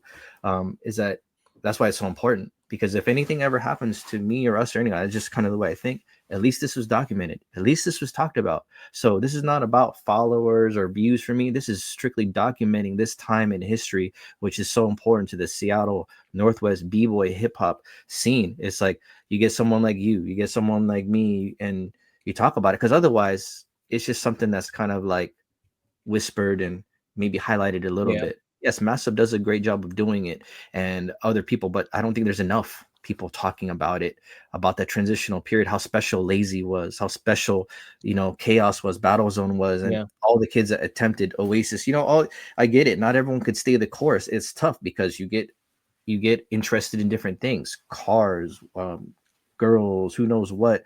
Addictions take out people, just like sports. It's a diamond in the rough. Like for me, it took me time to learn, it took me time to develop, but that passion carried from this point. You know what I'm saying? And that's yeah. what is special to me because come on, man, like not everyone does everything or lives a certain time frame. Like there's b-boys I know now. When I talked to Phil Wizard, who got gold, he used to come down to our jams at a grassroots level 10 years ago. I saw him in Philadelphia, and I was like, hey man, when did you start breaking? And he's like, I didn't start breaking until, I don't even know what he said, 2011, 12 or 13. I go, when were you born? And he goes like, I think I was something like 97, 98, 99, 2000. Yeah, And I'm like, damn. In my head, I was like, I've been breaking since then. Like I thought man, it about has, it. it It was has. 2016 when I talked to him, and so humbling because look where he is now. He happened. I know maybe the Olympics was a one off. I think it should be back in the Olympics regardless of what happened. But look at that. He used to come down from Vancouver and humble as a B. I mean, he's like, yeah, I still remember coming up to your guys' jams, and to let alone, I just thought he was just some skinny Asian kid that from Canada, and all of a sudden he's a part of Red Bull BC and All Stars. His Yeah, development, his introduction to breaking was different from but ours, that's for what sure. it was. You know what I mean? He You was know, just some skinny kid from Canada you that know, just sat there and was just like, man, these guys are, this is fresh. And for him to come down and to even have that an event to come down for like that was part of the whole movement. And that's why it's like, imagine him coming down and just being told, hey, don't go there, don't go here, because all this stuff's still going on. It's like, you'd be scared no. because you got to cross the border to come down. But then, no, you You know come what I mean? down here and it's like, oh, there's a jam over here. After this jam, where's everybody going afterwards? Oh, we're gonna go dance some more over here, and after that, and it's like that was then the mindset. that was then the mindset. It was I think that was one of the dopest things that happened afterwards. It's like as soon as the community center like closed down, Mhm. I was like, where else can we go practice? Where else can we do moves? That's why I And went to the raves. yeah, You it know what I was mean? no, we It were just doing it in like basketball courts and like, yeah, it's or like wherever we could go, someone's yeah. house party or a club that was Mm. allowing breaking to be there. Because remember, there was a point where people were like, "Oh, they would throw like ice or break glass in our. We don't do this stuff Yeah, here. they didn't like that We shit. don't They do don't like breaking here." And I'm like, okay, like I haters mean, is it was just whatever. another. It was another Mhm, phase that people. There was a point that was like they felt like it was dying, but it's like no, it wasn't dying. It was just it had to take a little bit of a like when rave started, the rave scene started happening. There was mhm, kind of a slowdown. I think that there was a pinnacle where Seattle Center actually happened, like that 3 day in Seattle Center. That was the mhm, pinnacle of like Seattle, like battling scene for a while, like tournament style or like battling scene, organized battles, right? During that mhm, time, everything else started like community, like disparate like community centers here and there, or like then we started taking it to the clubs. That's when the competition mode was like kind of gone, like where the city was still involved throwing these functions. mhm. People didn't really like Some people didn't like those types of functions because they wanted the rawness of it. You can't just sit there and be like, okay, now your turn. Now your turn. It's like, nah, man, we gotta have like just the most ruckus and nastiest battle. It's like we want to grab crotches, in your Mhm. face. Like I remember when they would tell us, like, hey, no crotch grabbing. I was like, That was me. like you better go.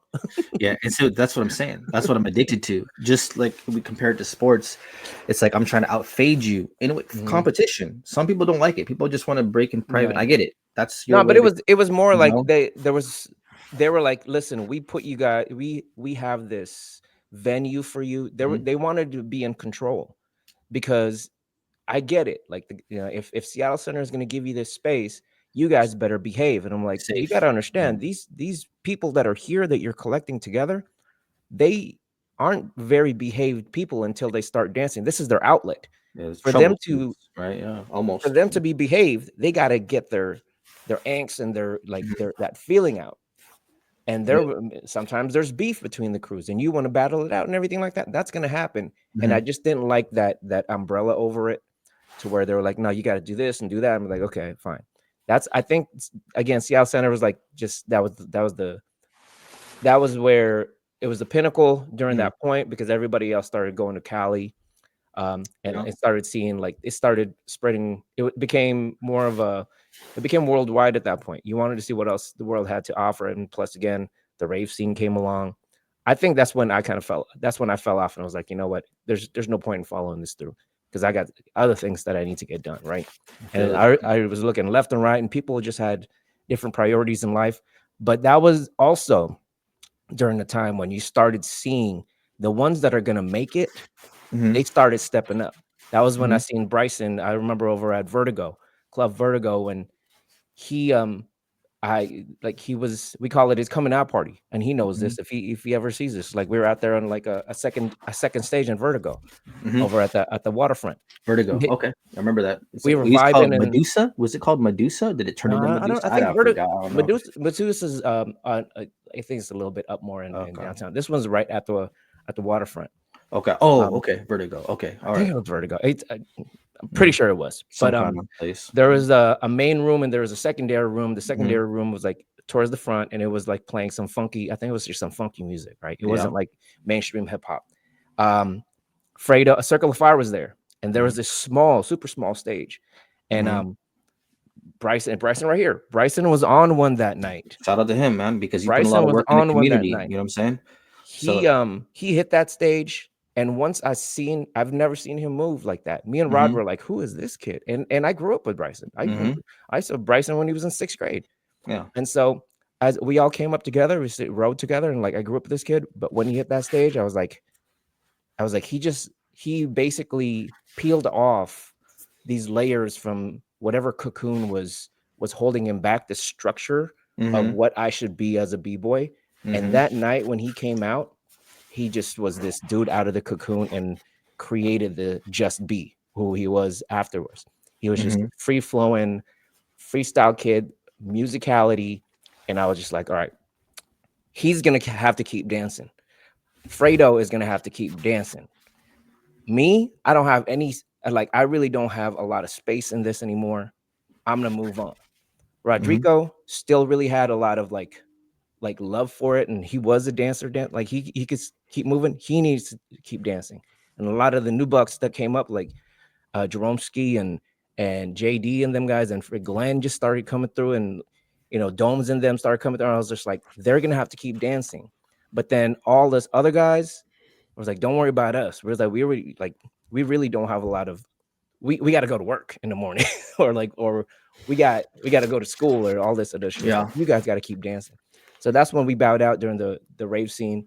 Circle of Fire, when I didn't know, I was like, I don't know how these guys are gonna win battles, because they're not your traditional b-boy crew, but I Mhm. loved watching them, and I Yeah. just didn't know, I was like, what, like, but I loved watching them. We would like we can go to trips with them. We can go to Vancouver to watch these guys dance and vibe out. I'm like, man, I can't even vibe with this because Yeah. it's non-structural. Yeah. It's It's free different. flowing. Yeah. So I was like, I don't know what competition you guys going. You guys either have to like reform, or not reform, but like conform to Mhm. the actual rules and the movements of this thing, or else you just do your own thing and maybe you'll win it. And So I want to give a good shout out here, man. Honorable mention for what you're talking about right now, and I had to make this adjustment of like kind of finding myself in character. It's always kind of like the unexpected people. Like there was people in my career I didn't know they'll still be breaking. I know did anyone expect Bryson to keep on breaking or whoever, Fever. Who knows? You never know who keeps on going. But during that time frame, look at my mind frame is I'm seeing Tony and Ken Swift.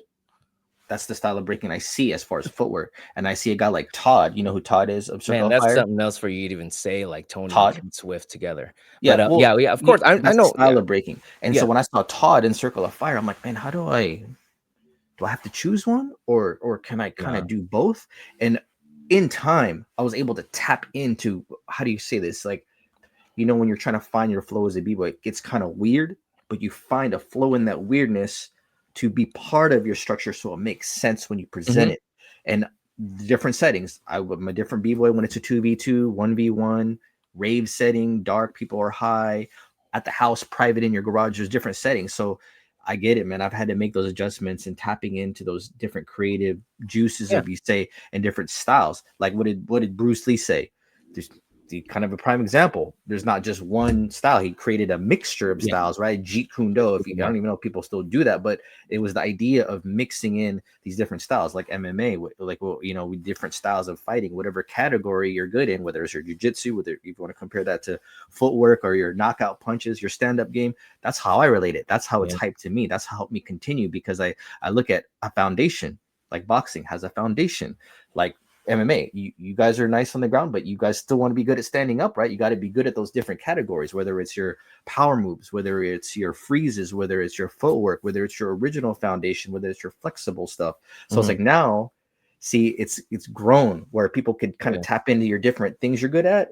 How is your body like framed, or you can kind of try to do it all a little bit, or you're a good power guy, you're a footwork dude, you're kind of an in between everything. That's why I kind of like yeah, it now. But it took me time to get to understand that and to see what works for me. Because what works for yeah. me does may not work for you. Yeah, You yeah. I know what I mean, mean? Like, you're not gonna. I mean, like orb style, orb, mhm, and like when he comes out, you're not gonna do that type of stuff, but you're gonna collect something from that to be able to at least to be able to not hang. And it's like you got to put something in your toolbox that helps you kind of just still vibe with that particular dance. It's just like right now you got so much in your toolbox.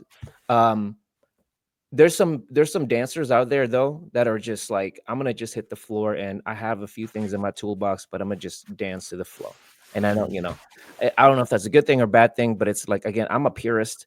So if you got something that, if you're sitting there and you're really feeling the music and you're still dancing in the same type of a kind of like structured guidelines of what b-boying is, I'm gonna feel it 100%.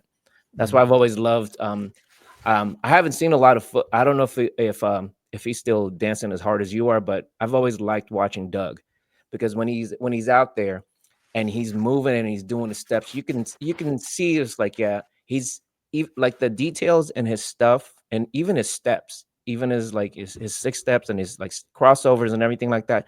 You can tell that he added maybe something here, and how, because I've seen him throughout the years. It's like, oh, he does it like this and like that. And I think one of the last footage I seen him do, I was just like, oh, he actually added this, and how he moves a certain way, and how he gets into a rollover freeze or something like that, and how he taps out of it.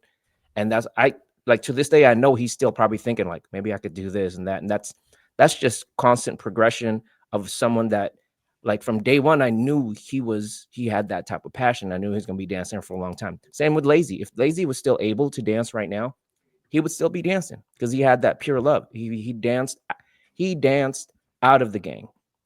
I just want I wanted out of the game. He danced out of the game. Um, and so it's like, but that's what I'm saying. It's like with Doug and like all these people that are like, and like with Bryson, haven't seen him recently get down.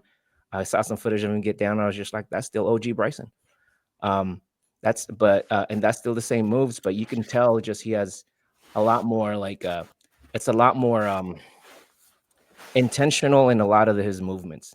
Mhm. Here's Intentional, but still here's free Doug's flowing. footage. This is Doug's footage from back then. You know, I Yeah. made a video of him. This is like 18 minutes of his whole career. Of course, there's more after that. That's just what I collected from 1995 to 2018. So there'll be a link to all these. I'm just kind of showing little snippets. We're talking about it, and it's crazy, man. The development That's of funky, breaking. man. You know, the development, and there is a difference, right? You said like structure, whether it's freestyle. Like I like to freestyle at certain settings, but sometimes it's good to have sets so you know what you're gonna do. But if the sets don't work, okay, you got to freestyle, like kind of like in a boxing match, right? Everyone's jab, there's I mean, only still six dance. punches. Right. If you compare breaking, for me, I like to do these comparisons, like in basketball, like same basketball, same jab. How do you differentiate your style of play? As simple as it looks, dribbling a ball or a jab or a hook or a straight, same six punches, same hoop. How do you differentiate yourself to be original, right? And we could go down the list about how many NBA players, boxers have made their name with their style. As simple as people like to say it looks, breaking, as simple or crazy as it looks, how do you differentiate yourself? And that's the thing. Sets, if something bad happens, you could freestyle out of it. If not, you just have these sets and it's always on lock. Like you could last 12 rounds, or maybe you could only last 3 rounds, or who knows, or you're better at team battles or routines or better, you know what I mean? So all those things I had Mhm. to learn, but I get it, man.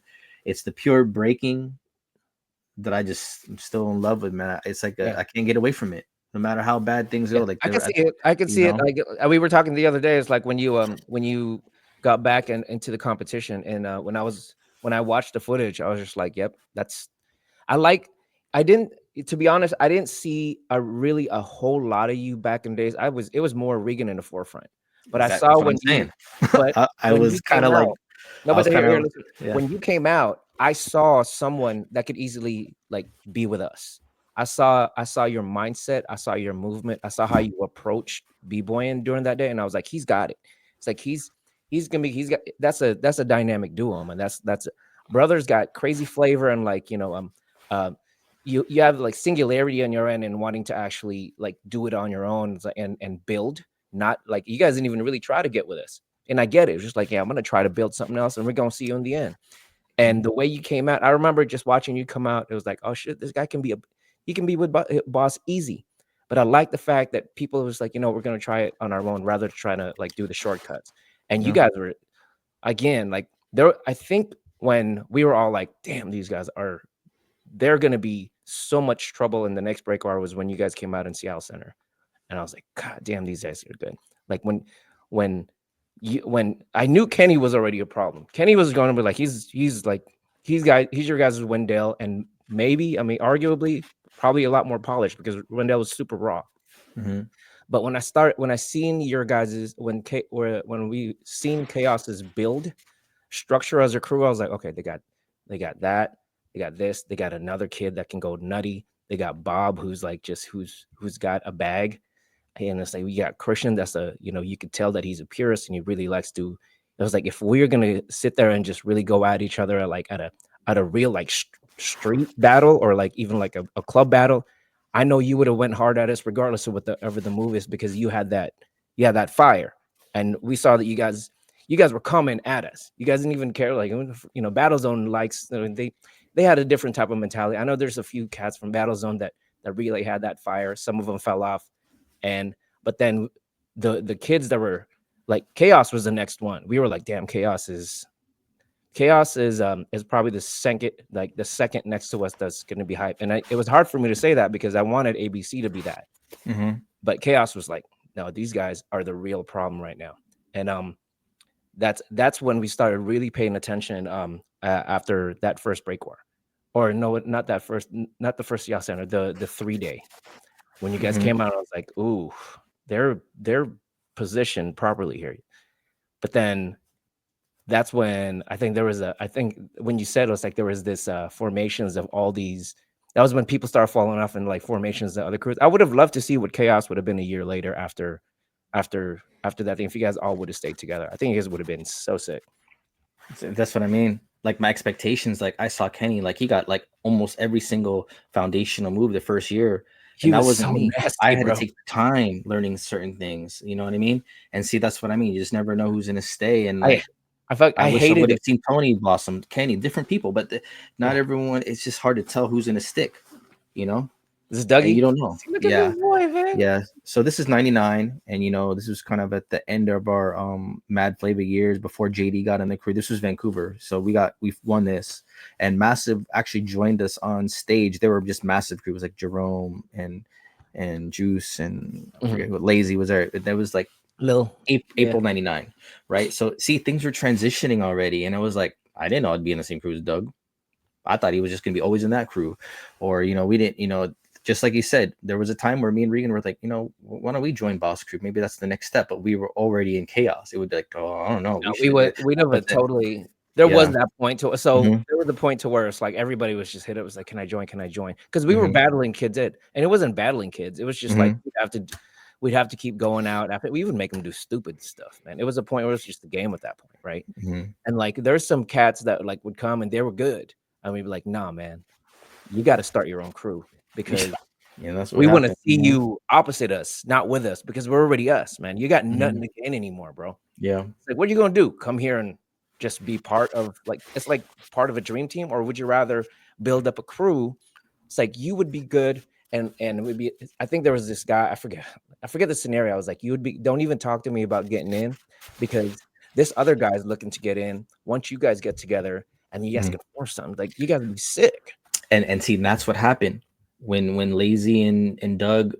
I guess Rod and this is the beginning of Mad Flavor '96 summer, and Doug and Lazy were like, well, we're here. And then me and Bob and Reed, we only had four. We didn't have enough, Yeah, right? Usually a crew should be like five or more than four, more than unless two. unless you're lazy, who comes and just Yeah. battles everybody by yourself. So that's how It's we. like that guy's I think, wild, man. yeah, Lazy. You said, well, we just call ourselves Mad Flavor, and I'm like, sure. So I it's remember funny. that. It's funny because like it's like we are kind of still the original M's, Mad Flavor. We use the Mhm, pitchfork for mhm, Massive, so mhm. Mad Flavor, and like because JD was a part of that, and that transitioned. How you I, feel I about that, man? Let me get at you. How do you feel about Mhm, that? Because people ask me, it's like, hey, how do you feel about? I've had people ask me, how do you feel about like Rodericko repping massive after, and then like with Bryson, um, now with massive, and I was like, Bryson was never boss. We told him not to be boss. mhm, Because we were like, he was one of those kids, like, man, not. And then what's his name, um, Kirby was Johnny mhm, J4S. mhm, He never wanted to be boss and I was like, man, why don't you guys just make your own crew? But then now they're like, at this stage, it's like now, and then there was a point where like I found out Rod was repping massive, and I'm like, mhm, and people asked me, was like, how'd you feel about that? I was like, how am I supposed to feel? These guys want to dance, and if I can't mhm, dance with you, I might as well see you dance somewhere else and rep something else. It hurts. Not, I don't even say it hurts. mhm. There's like this inkling of jealousy that you can't be there with them, not because of Yeah. who they are. Mhm, I'm jealous that I can't be there with you enjoying this thing and winning world. mhm, Um, but I'm happy. I'm freaking elated that that you kept dancing because you were there from the beginning. Everybody had their own mhm. stories with that. But then with us falling off, I think it might be a different question if I pose that to you, because you guys were still active. And now all of a sudden, like JD steps off, and I don't know who else. JD steps off and then joins this super crew, while He joins you Massive. guys Yeah. could still, yeah, you guys could still. Mhm. How does that feel? All right, I'm just letting you know because the time it's like 1:59. I'm not sure if it's gonna cut me off at 2 hours. I'm just gonna keep on talking. But this is kind of a good point, not to even just end off, but it's a Yeah, great we can do that. conversation because Let's this is a transitional period right now. Because of course, yes, I felt some kind of way because I was going through my own mental health stuff that people talk about now, but back then it was like, damn, my crew's broken up now. What do I do? yeah. Like Regan's kind of fallen off his fire. Mm-hmm. JD and Glenn joined us from Japan, and when I was a sophomore, we created this Mad Flavor crew. Doug's still here. I'm kind of running battles with my mental health and spirituality. So that's a good point right there. 99, 2000, that's when Massive started. And I kind of stepped away. I kind of was like, you know what? I kind of like, just like kind of like Tony told me this a couple years ago. He was like, you know what? I had my time. Now it's your time. See, am I saying that now to myself or to someone else? So I had to dig hard there. It was depression for sure. That was like, well, do I just deal with my own demons and join Massive with them because JD and Glenn are from my crew, and it kind of seems like the path to go to. Obviously, that didn't happen. Could have happened with Regan. I knew they probably were talking to him getting in because we all knew each other from when we were younger. And usually, you stay Yeah, yeah. with who you practice with because we were practicing together. But I was dealing with my own stuff. I built my own legacy with my own crew, and I went back to Khaos or the whoever was left over from '96 in the year 2001. I was like, you know what? Let's give this breaking thing a shot again. So I went back up to the Shoreline Community Center, and that's how I started creating Battle Reflexes. And that's probably another chapter, another thing we could talk about because that is a transitional period. Because at that point, we all were still kind of just breaking this leftover group of kids from the mid 90s, and some people came later. And that's an amazing story. It still amazes me because, you know, of course, Rod's with them because that's his younger generation in that group. So he's kind of supporting them. And, you know, Doug was in that boss crew, but he transitioned out. So Lazy was with us for a little bit, and we already talked about that. But then he transitioned out of Mad Flava and he went to Jefferson. That's the story, and created Massive Crew. See, this is history that I know because he was with Mad Flava with us, but then Massive Oh, he came did together step out. came together with Universal Style Monkeys. That's what made Massive Monkeys, right?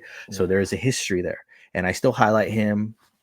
Shout out to him, you know, honorable mention, and Little Lazy, everything they've done for breaking. But things happen, man, you know, and things happen the way they did. I'm gonna recreate another highlight video of Big Lazy of his years because the one I made years ago wasn't the best quality. But man, yeah, I think we can continue after this. Yeah, This is yeah, kind yeah, of a good stopping point.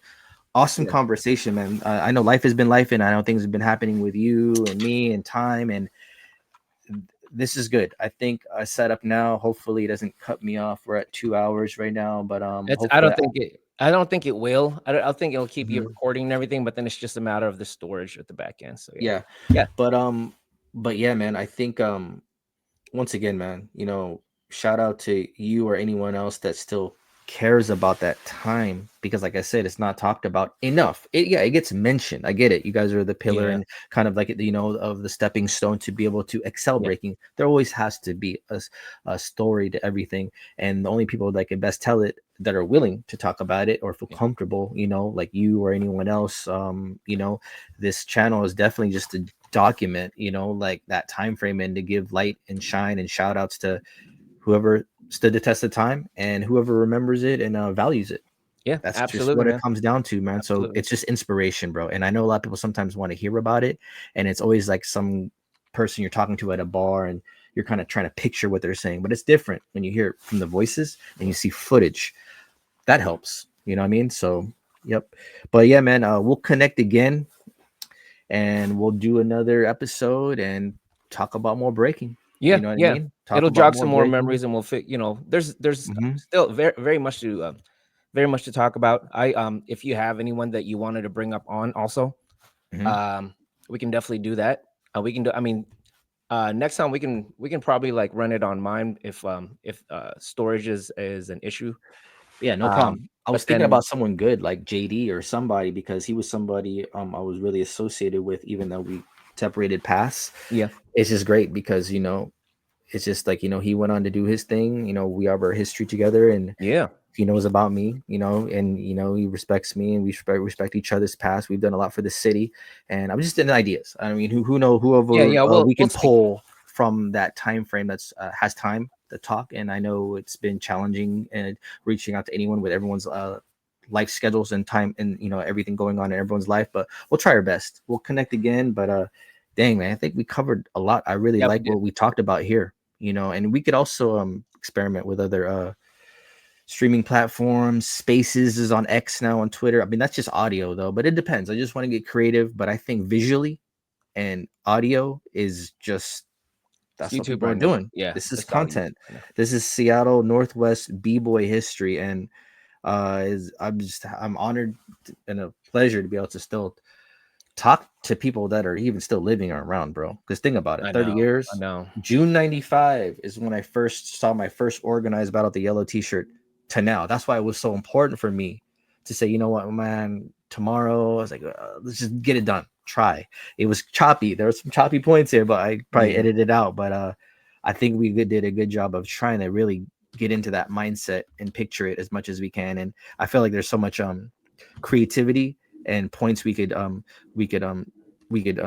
step up from and talk more about. But I think we've talked a lot about it, and it's entertaining, man. I love it. I'm taking time out of my day to Yeah. think about this and hopefully share it, and people that really value this time will be like, damn, I I you know, like, I you know, do you know. there was the I do when we do get together, and I don't know if you can make this happen, or if like or I can try to pull some strings on my end.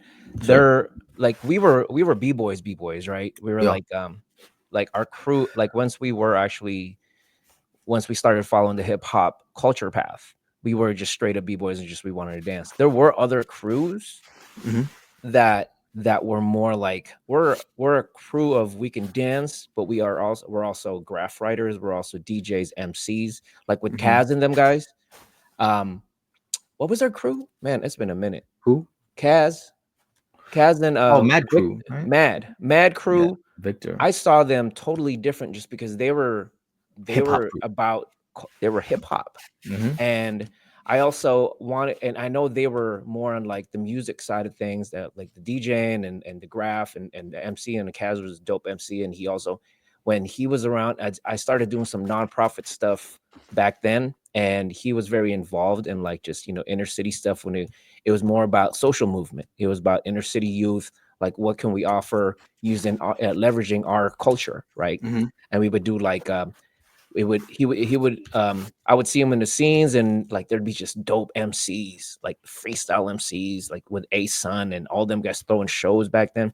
That was another side that I really wanted to touch, and how how the resurgence of the new hip hop culture in the mid 90s opened that up for them, or maybe there was something already kind of brewing to where it's like I wish something would blow up, Yeah, you know. because my crew, I have graph writers in my crew. I Mhm. have DJs in my crew. Old school. Not every b-boy crew now has that.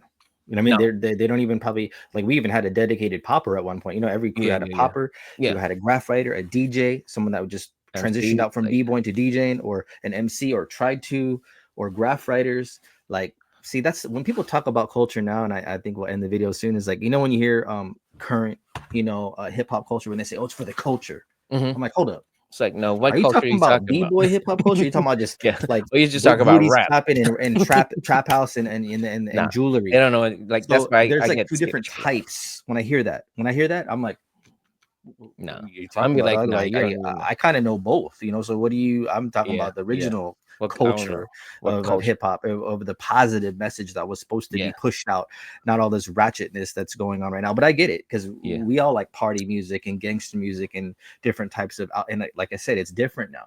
But yeah. it wasn't passed down. That was what was left over from hip hop. Is we broke down the doors. I saw this documentary of LNS, and we broke down the doors for rap Rest in music, peace. for DJs to explode. You know what I mean? So Yeah. that's another chapter in itself. Yeah, But yeah, I man. wanna talk about, Yeah. like, that mid 90s, and how that all kind of transformed into, and the city was different at that point. So I do want to touch into that. I know, we're running up on time. I'm gonna try to pull some stuff on my end. If you can, see what you can do. I mean, shit, I'm in Texas, so I can only text people. If you see cats on the street, or if you can, like, and you're still very active, reach out, and I'd like to, um I'd like to see what they would have to say, and how that all kind of developed organic. And it was very organic. Mhm. Seattle scene is very organic. It wasn't like, oh yeah, my uncle. Oh, it was already handed down from generations, like how New York was, or even like Mhm. how Cali was. Cali never really stopped. Mm-hmm. They just kept going and they kept getting better. And like with Mm-hmm. us in Seattle, we just started trying to create our own. So I want to see how that goes, bro. Dope. All right. Well, I'll reach out again, and boom, I'll see how this been. I hope the audio went through and everything. I think it should. You know what I mean? I mean, because that was a lot of talking. You know? That would suck if it didn't. But No. no, Yeah. no, I can if I can hear you, it Mhm. should be able to record. Cool. And then I'm gonna basically hopefully start that in my the break room. That's what I wanted to do. That's Okay. kind of what I Okay. originally wanted to call my channel or the particular podcast. It's like a break room, like at work. You know, it's the break Mm-hmm. room. You guys talk a lot, you know. So it kind of makes sense because breaks, Mm-hmm. b-boys, we break Mm-hmm. on the break. It's a break room to talk about things. So hopefully I'll start sharing snippets of different clips or For sure. stories or reels of everybody that I could remember as much as I can remember everyone's name, and links to the full videos on YouTube. And then whatever we could do stuff on your on Cold Rice Media. Shout out to you Yeah, guys. we'll see All what's the up with things that that, you guys man. done. You I'm know what I trying to get mean? my feet So wet again. So yeah, we'll see. We'll see yeah, what's up. I'm here and there, sporadic, you know, but we'll get together again, man. It's good talking. Man, enjoy the summer. We'll try to connect We'll again, do. hopefully in the next month. That'll be good. Good timing, and try to maybe get someone else on board, see their opinion, see their views. That's great. But yeah, we can connect again, and yep, we'll stay in contact, man. All right, bro. All right. Peace.